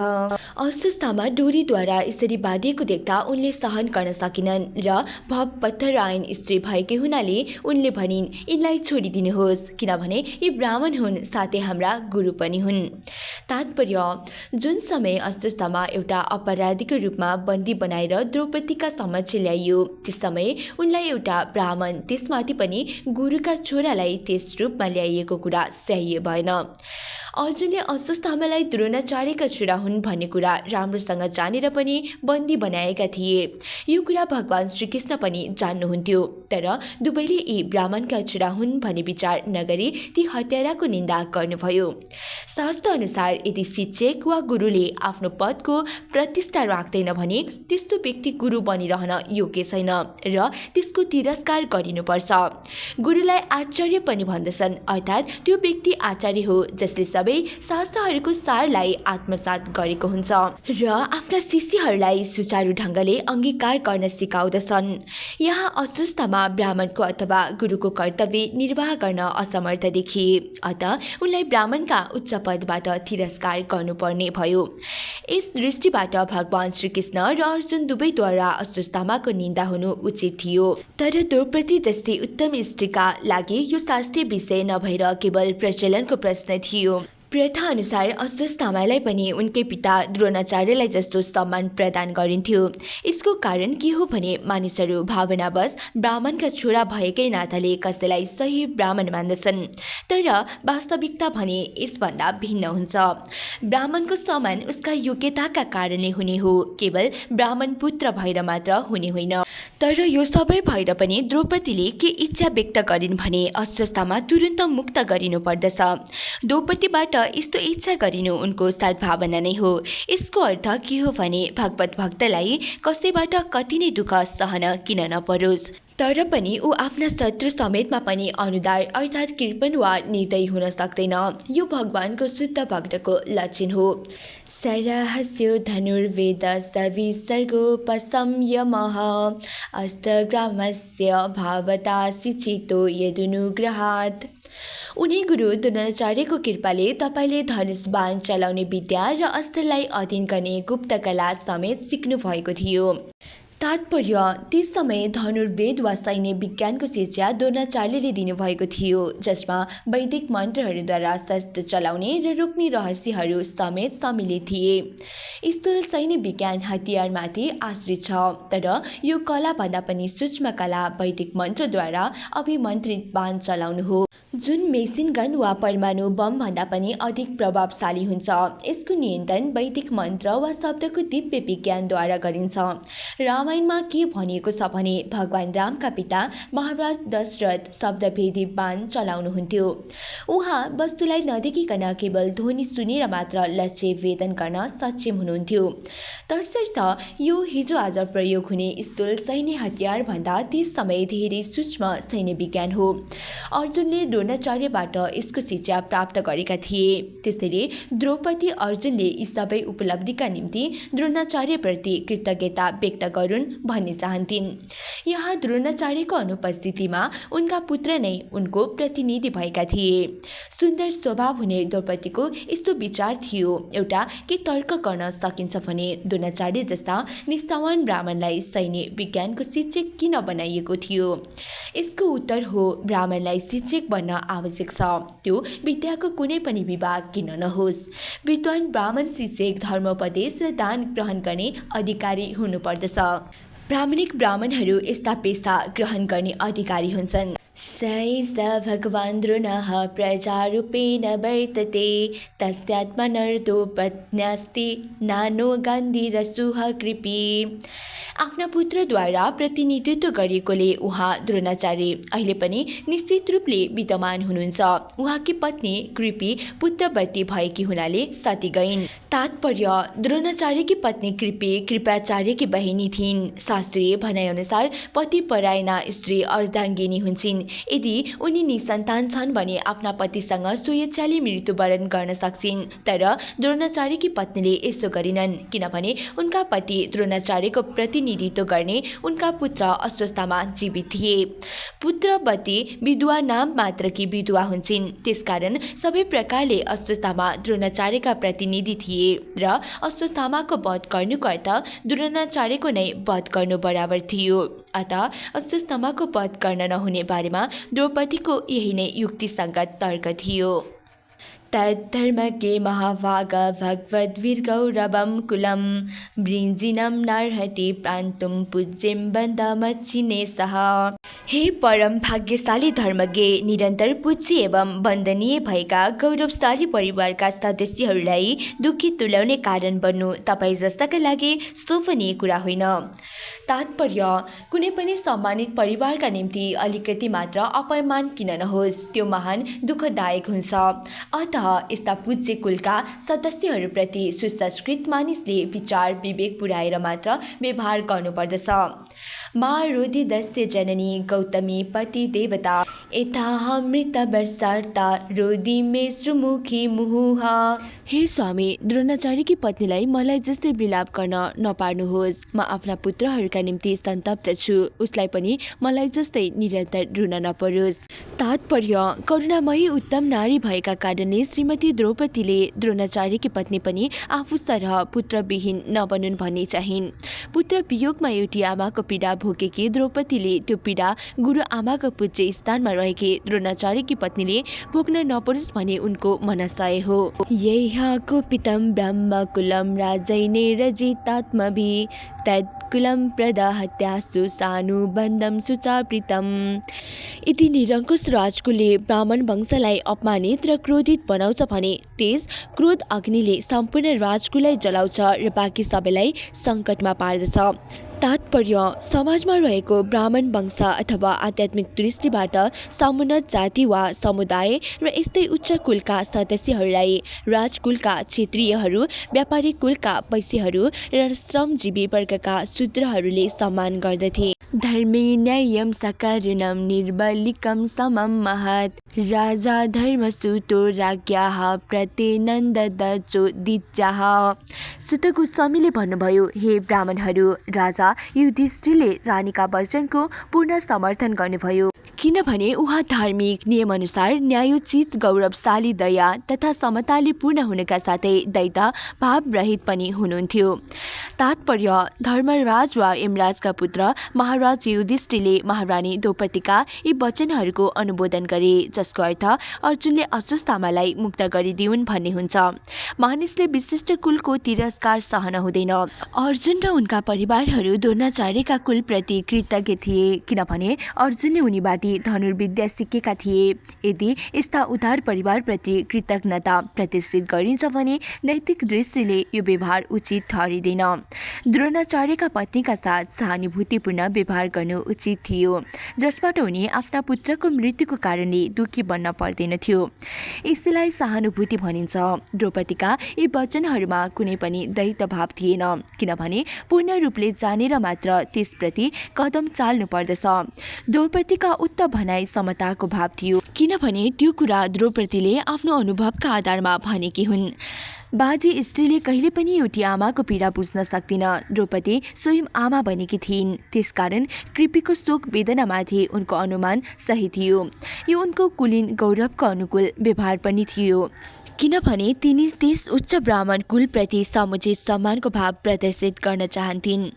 नकुलः सेवदवस्य युयुधानो धनञ्जयः भगवान् देवकी पुत्रय चान्येयश्च सुसीतः। नकुल, सहदेव, राजाका भाइहरू, सात्विक, अर्जुन, देवकी नन्दन, भगवान श्रीकृष्ण, उपस्थित महिलाहरू एवं अन्य जनहरूले समेत एक स्वरले राजाका वचनमा सहमति व्यक्त गरे। तत्राहमर्षितो भीमस्तस्य श्रेयान् वदः स्मृतः न भर्तुर्नात्मनश्चास्ते योहन् सुताप्न शिशुन वृथा। तर भीमसेन भने राजाका वचनमा सहमत भएनन् र साथै तिनले दोषी अश्वत्थामाको वध गर्नु नै न्याय ठाने, किनभने अश्वत्थामाले रुष्ट भएर बेतेमा सुतेका बालकहरूको निर्दयतापूर्वक हत्या गरेको थियो। यसमा न त उस स्वयंको न त उसका मालिकको नै कल्याण थियो। निस्समे भीमगदितं द्रौपदस्य चतुर्भुजः आलोके बन्दनं सखुरिदमाह हसन्निव। भीम, द्रौपदी र अरूको वचन सुनेर चतुर्भुज भगवानले आफ्ना प्रिय मित्र अर्जुनको अनुहार हेरेर मुस्कुराउँदै भन्नुभयो। तात्पर्य, भगवान श्रीकृष्णका दुईवटा भुजा हात थिए, तर किन उहाँलाई चतुर्भुज भनिएको हो, यसको व्याख्या श्रीधर गोस्वामीले गर्नुभएको छ। अश्वत्थामाको वधका बारेमा भीम र द्रौपदी दुवैको भिन्दा भिन्दै मत थियो। भीम उनलाई तुरुन्त मार्न चाहन्थे भने द्रौपदी उनलाई बचाउन चाहन्थिन्। अतः यी दुवैलाई रोक्न भगवानले अरू दुईवटा हात प्रकट गर्नुभयो। मूलतः भगवान श्रीकृष्णका रूपमा दुईवटा हात देखाउनुहुन्छ, तर उहाँका नारायण अवतार भने चारवटा हातको प्रदर्शन गर्नुहुन्छ। उहाँ आफ्ना नारायण रूपमा भक्तजनहरूले शहीद भएर वैकुण्ठ धाममा निवास गर्नुहुन्छ, तर आफ्नो मूल श्रीकृष्ण रूपमा भने उहाँ कृष्णलोकमा निवास गर्नुहुन्छ, जो वैकुण्ठभन्दा धेरै माथि छ। अतः यस अर्थमा श्रीकृष्णलाई चतुर्भुज भनिन्छ भने यसमा कुनै विरोधाभास छैन। यदि कहीँ आवश्यकता पर्यो भने उहाँले सैकडौँ हातहरू पनि देखाउन सक्नुहुन्छ, जस्तै उहाँले विराट स्वरूपमा अर्जुनलाई त्यस्तै रूप देखाउनु भएको थियो। त्यसकारण जसले सैकडौँ हजारौँ भुजाहरू प्रदर्शित गर्न सक्छ, उसले आवश्यकता पर्दा चार भुजा पनि प्रदर्शित गर्न सक्छ। अश्वत्थामाका बारेमा के गरौँ भनेर जब अर्जुन असमझमा परेका थिए, त्यस समय उनका परम मित्र श्रीकृष्णले यस समस्याको समाधान खोज्ने अभिभारा आफूले लिएर मुसुमुसु हाँसिराख्नु भएको थियो। ब्रह्मा बन्धुर्हन्तव्ये आततायी बदार्हनः मय्यैवो भयमाम्नां तं परिपर्ह्यानुशासनम् कुरु प्रतिश्रुतं सत्यं यच्च स्वनायता प्रियं प्रियं च भीमसेनस्य पाञ्चाल्ये मय्यवेव च। भगवान श्रीकृष्णले भन्नुभयो, ब्रह्मा बन्धुको वध गर्न हुँदैन, तर यदि त्यो आततायी छ भने त्यसलाई अवश्य मार्नु पर्दछ। यी सबै शास्त्रीय आदेश हुन्, तिमीले यिनैका अनुसार कार्य गर्नुपर्छ। एकातिर तिमीले आफ्नै पतिलाई दिएका वचन पूर्ण गर्नु छ भने अर्कातिर भीमसेन र मेरो प्रसन्नताका लागि पनि कार्य गर्नुपर्नेछ। तात्पर्य, अर्जुन असमझमा थिए, किनभने एकातिर अश्वत्थामाको वध उनले गर्नुपर्दथ्यो भने अर्कातिर विभिन्न शास्त्र अनुसार उनलाई जीवनदान पनि दिनुपर्थ्यो। ब्रह्मा बन्धु वा ब्राह्मणको काम नलाग्ने पुत्र भए पनि अश्वत्थामालाई मार्न हुँदैन थियो, तर साथै ऊ आततायी पनि थियो। मनुको आज्ञा अनुसार आततायी छ भने ब्राह्मण नै किन नहोस्, ब्राह्मणको अयोग्य पुत्रका बारेमा के भन्नु, मारिदिनुपर्छ। द्रोणाचार्य निसन्देह वास्तविक ब्राह्मण थिए, तर ती युक्त भूमिमा उभिएका हुनाले मारिए। तर अश्वत्थामा आततायी भएर पनि अस्त्र बिना उभिएको थियो। यदि आततायी पनि अस्त्र रहित वा रथविहीन छ भने त्यसको वध गरिनुहुन्न भन्ने आदेश छ। यही कारणले अर्जुन कर्तव्य मूढ थिए। यसको अतिरिक्त अर्जुनलाई आफ्नो त्यस वचनको पनि पालन गर्नु थियो, जुन वचन उनले द्रौपदीलाई सान्त्वना दिँदा प्रदान गरेका थिए।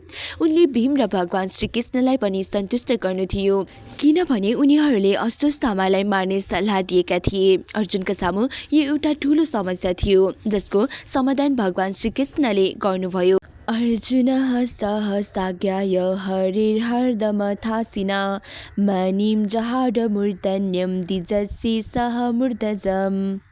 त्यस समय अर्जुनले भगवानको अभिप्राय बुझे अनि उनले आफ्नो तरबारद्वारा अश्वत्थामाका शिरको केशसहित मणि अलग गरिदिए।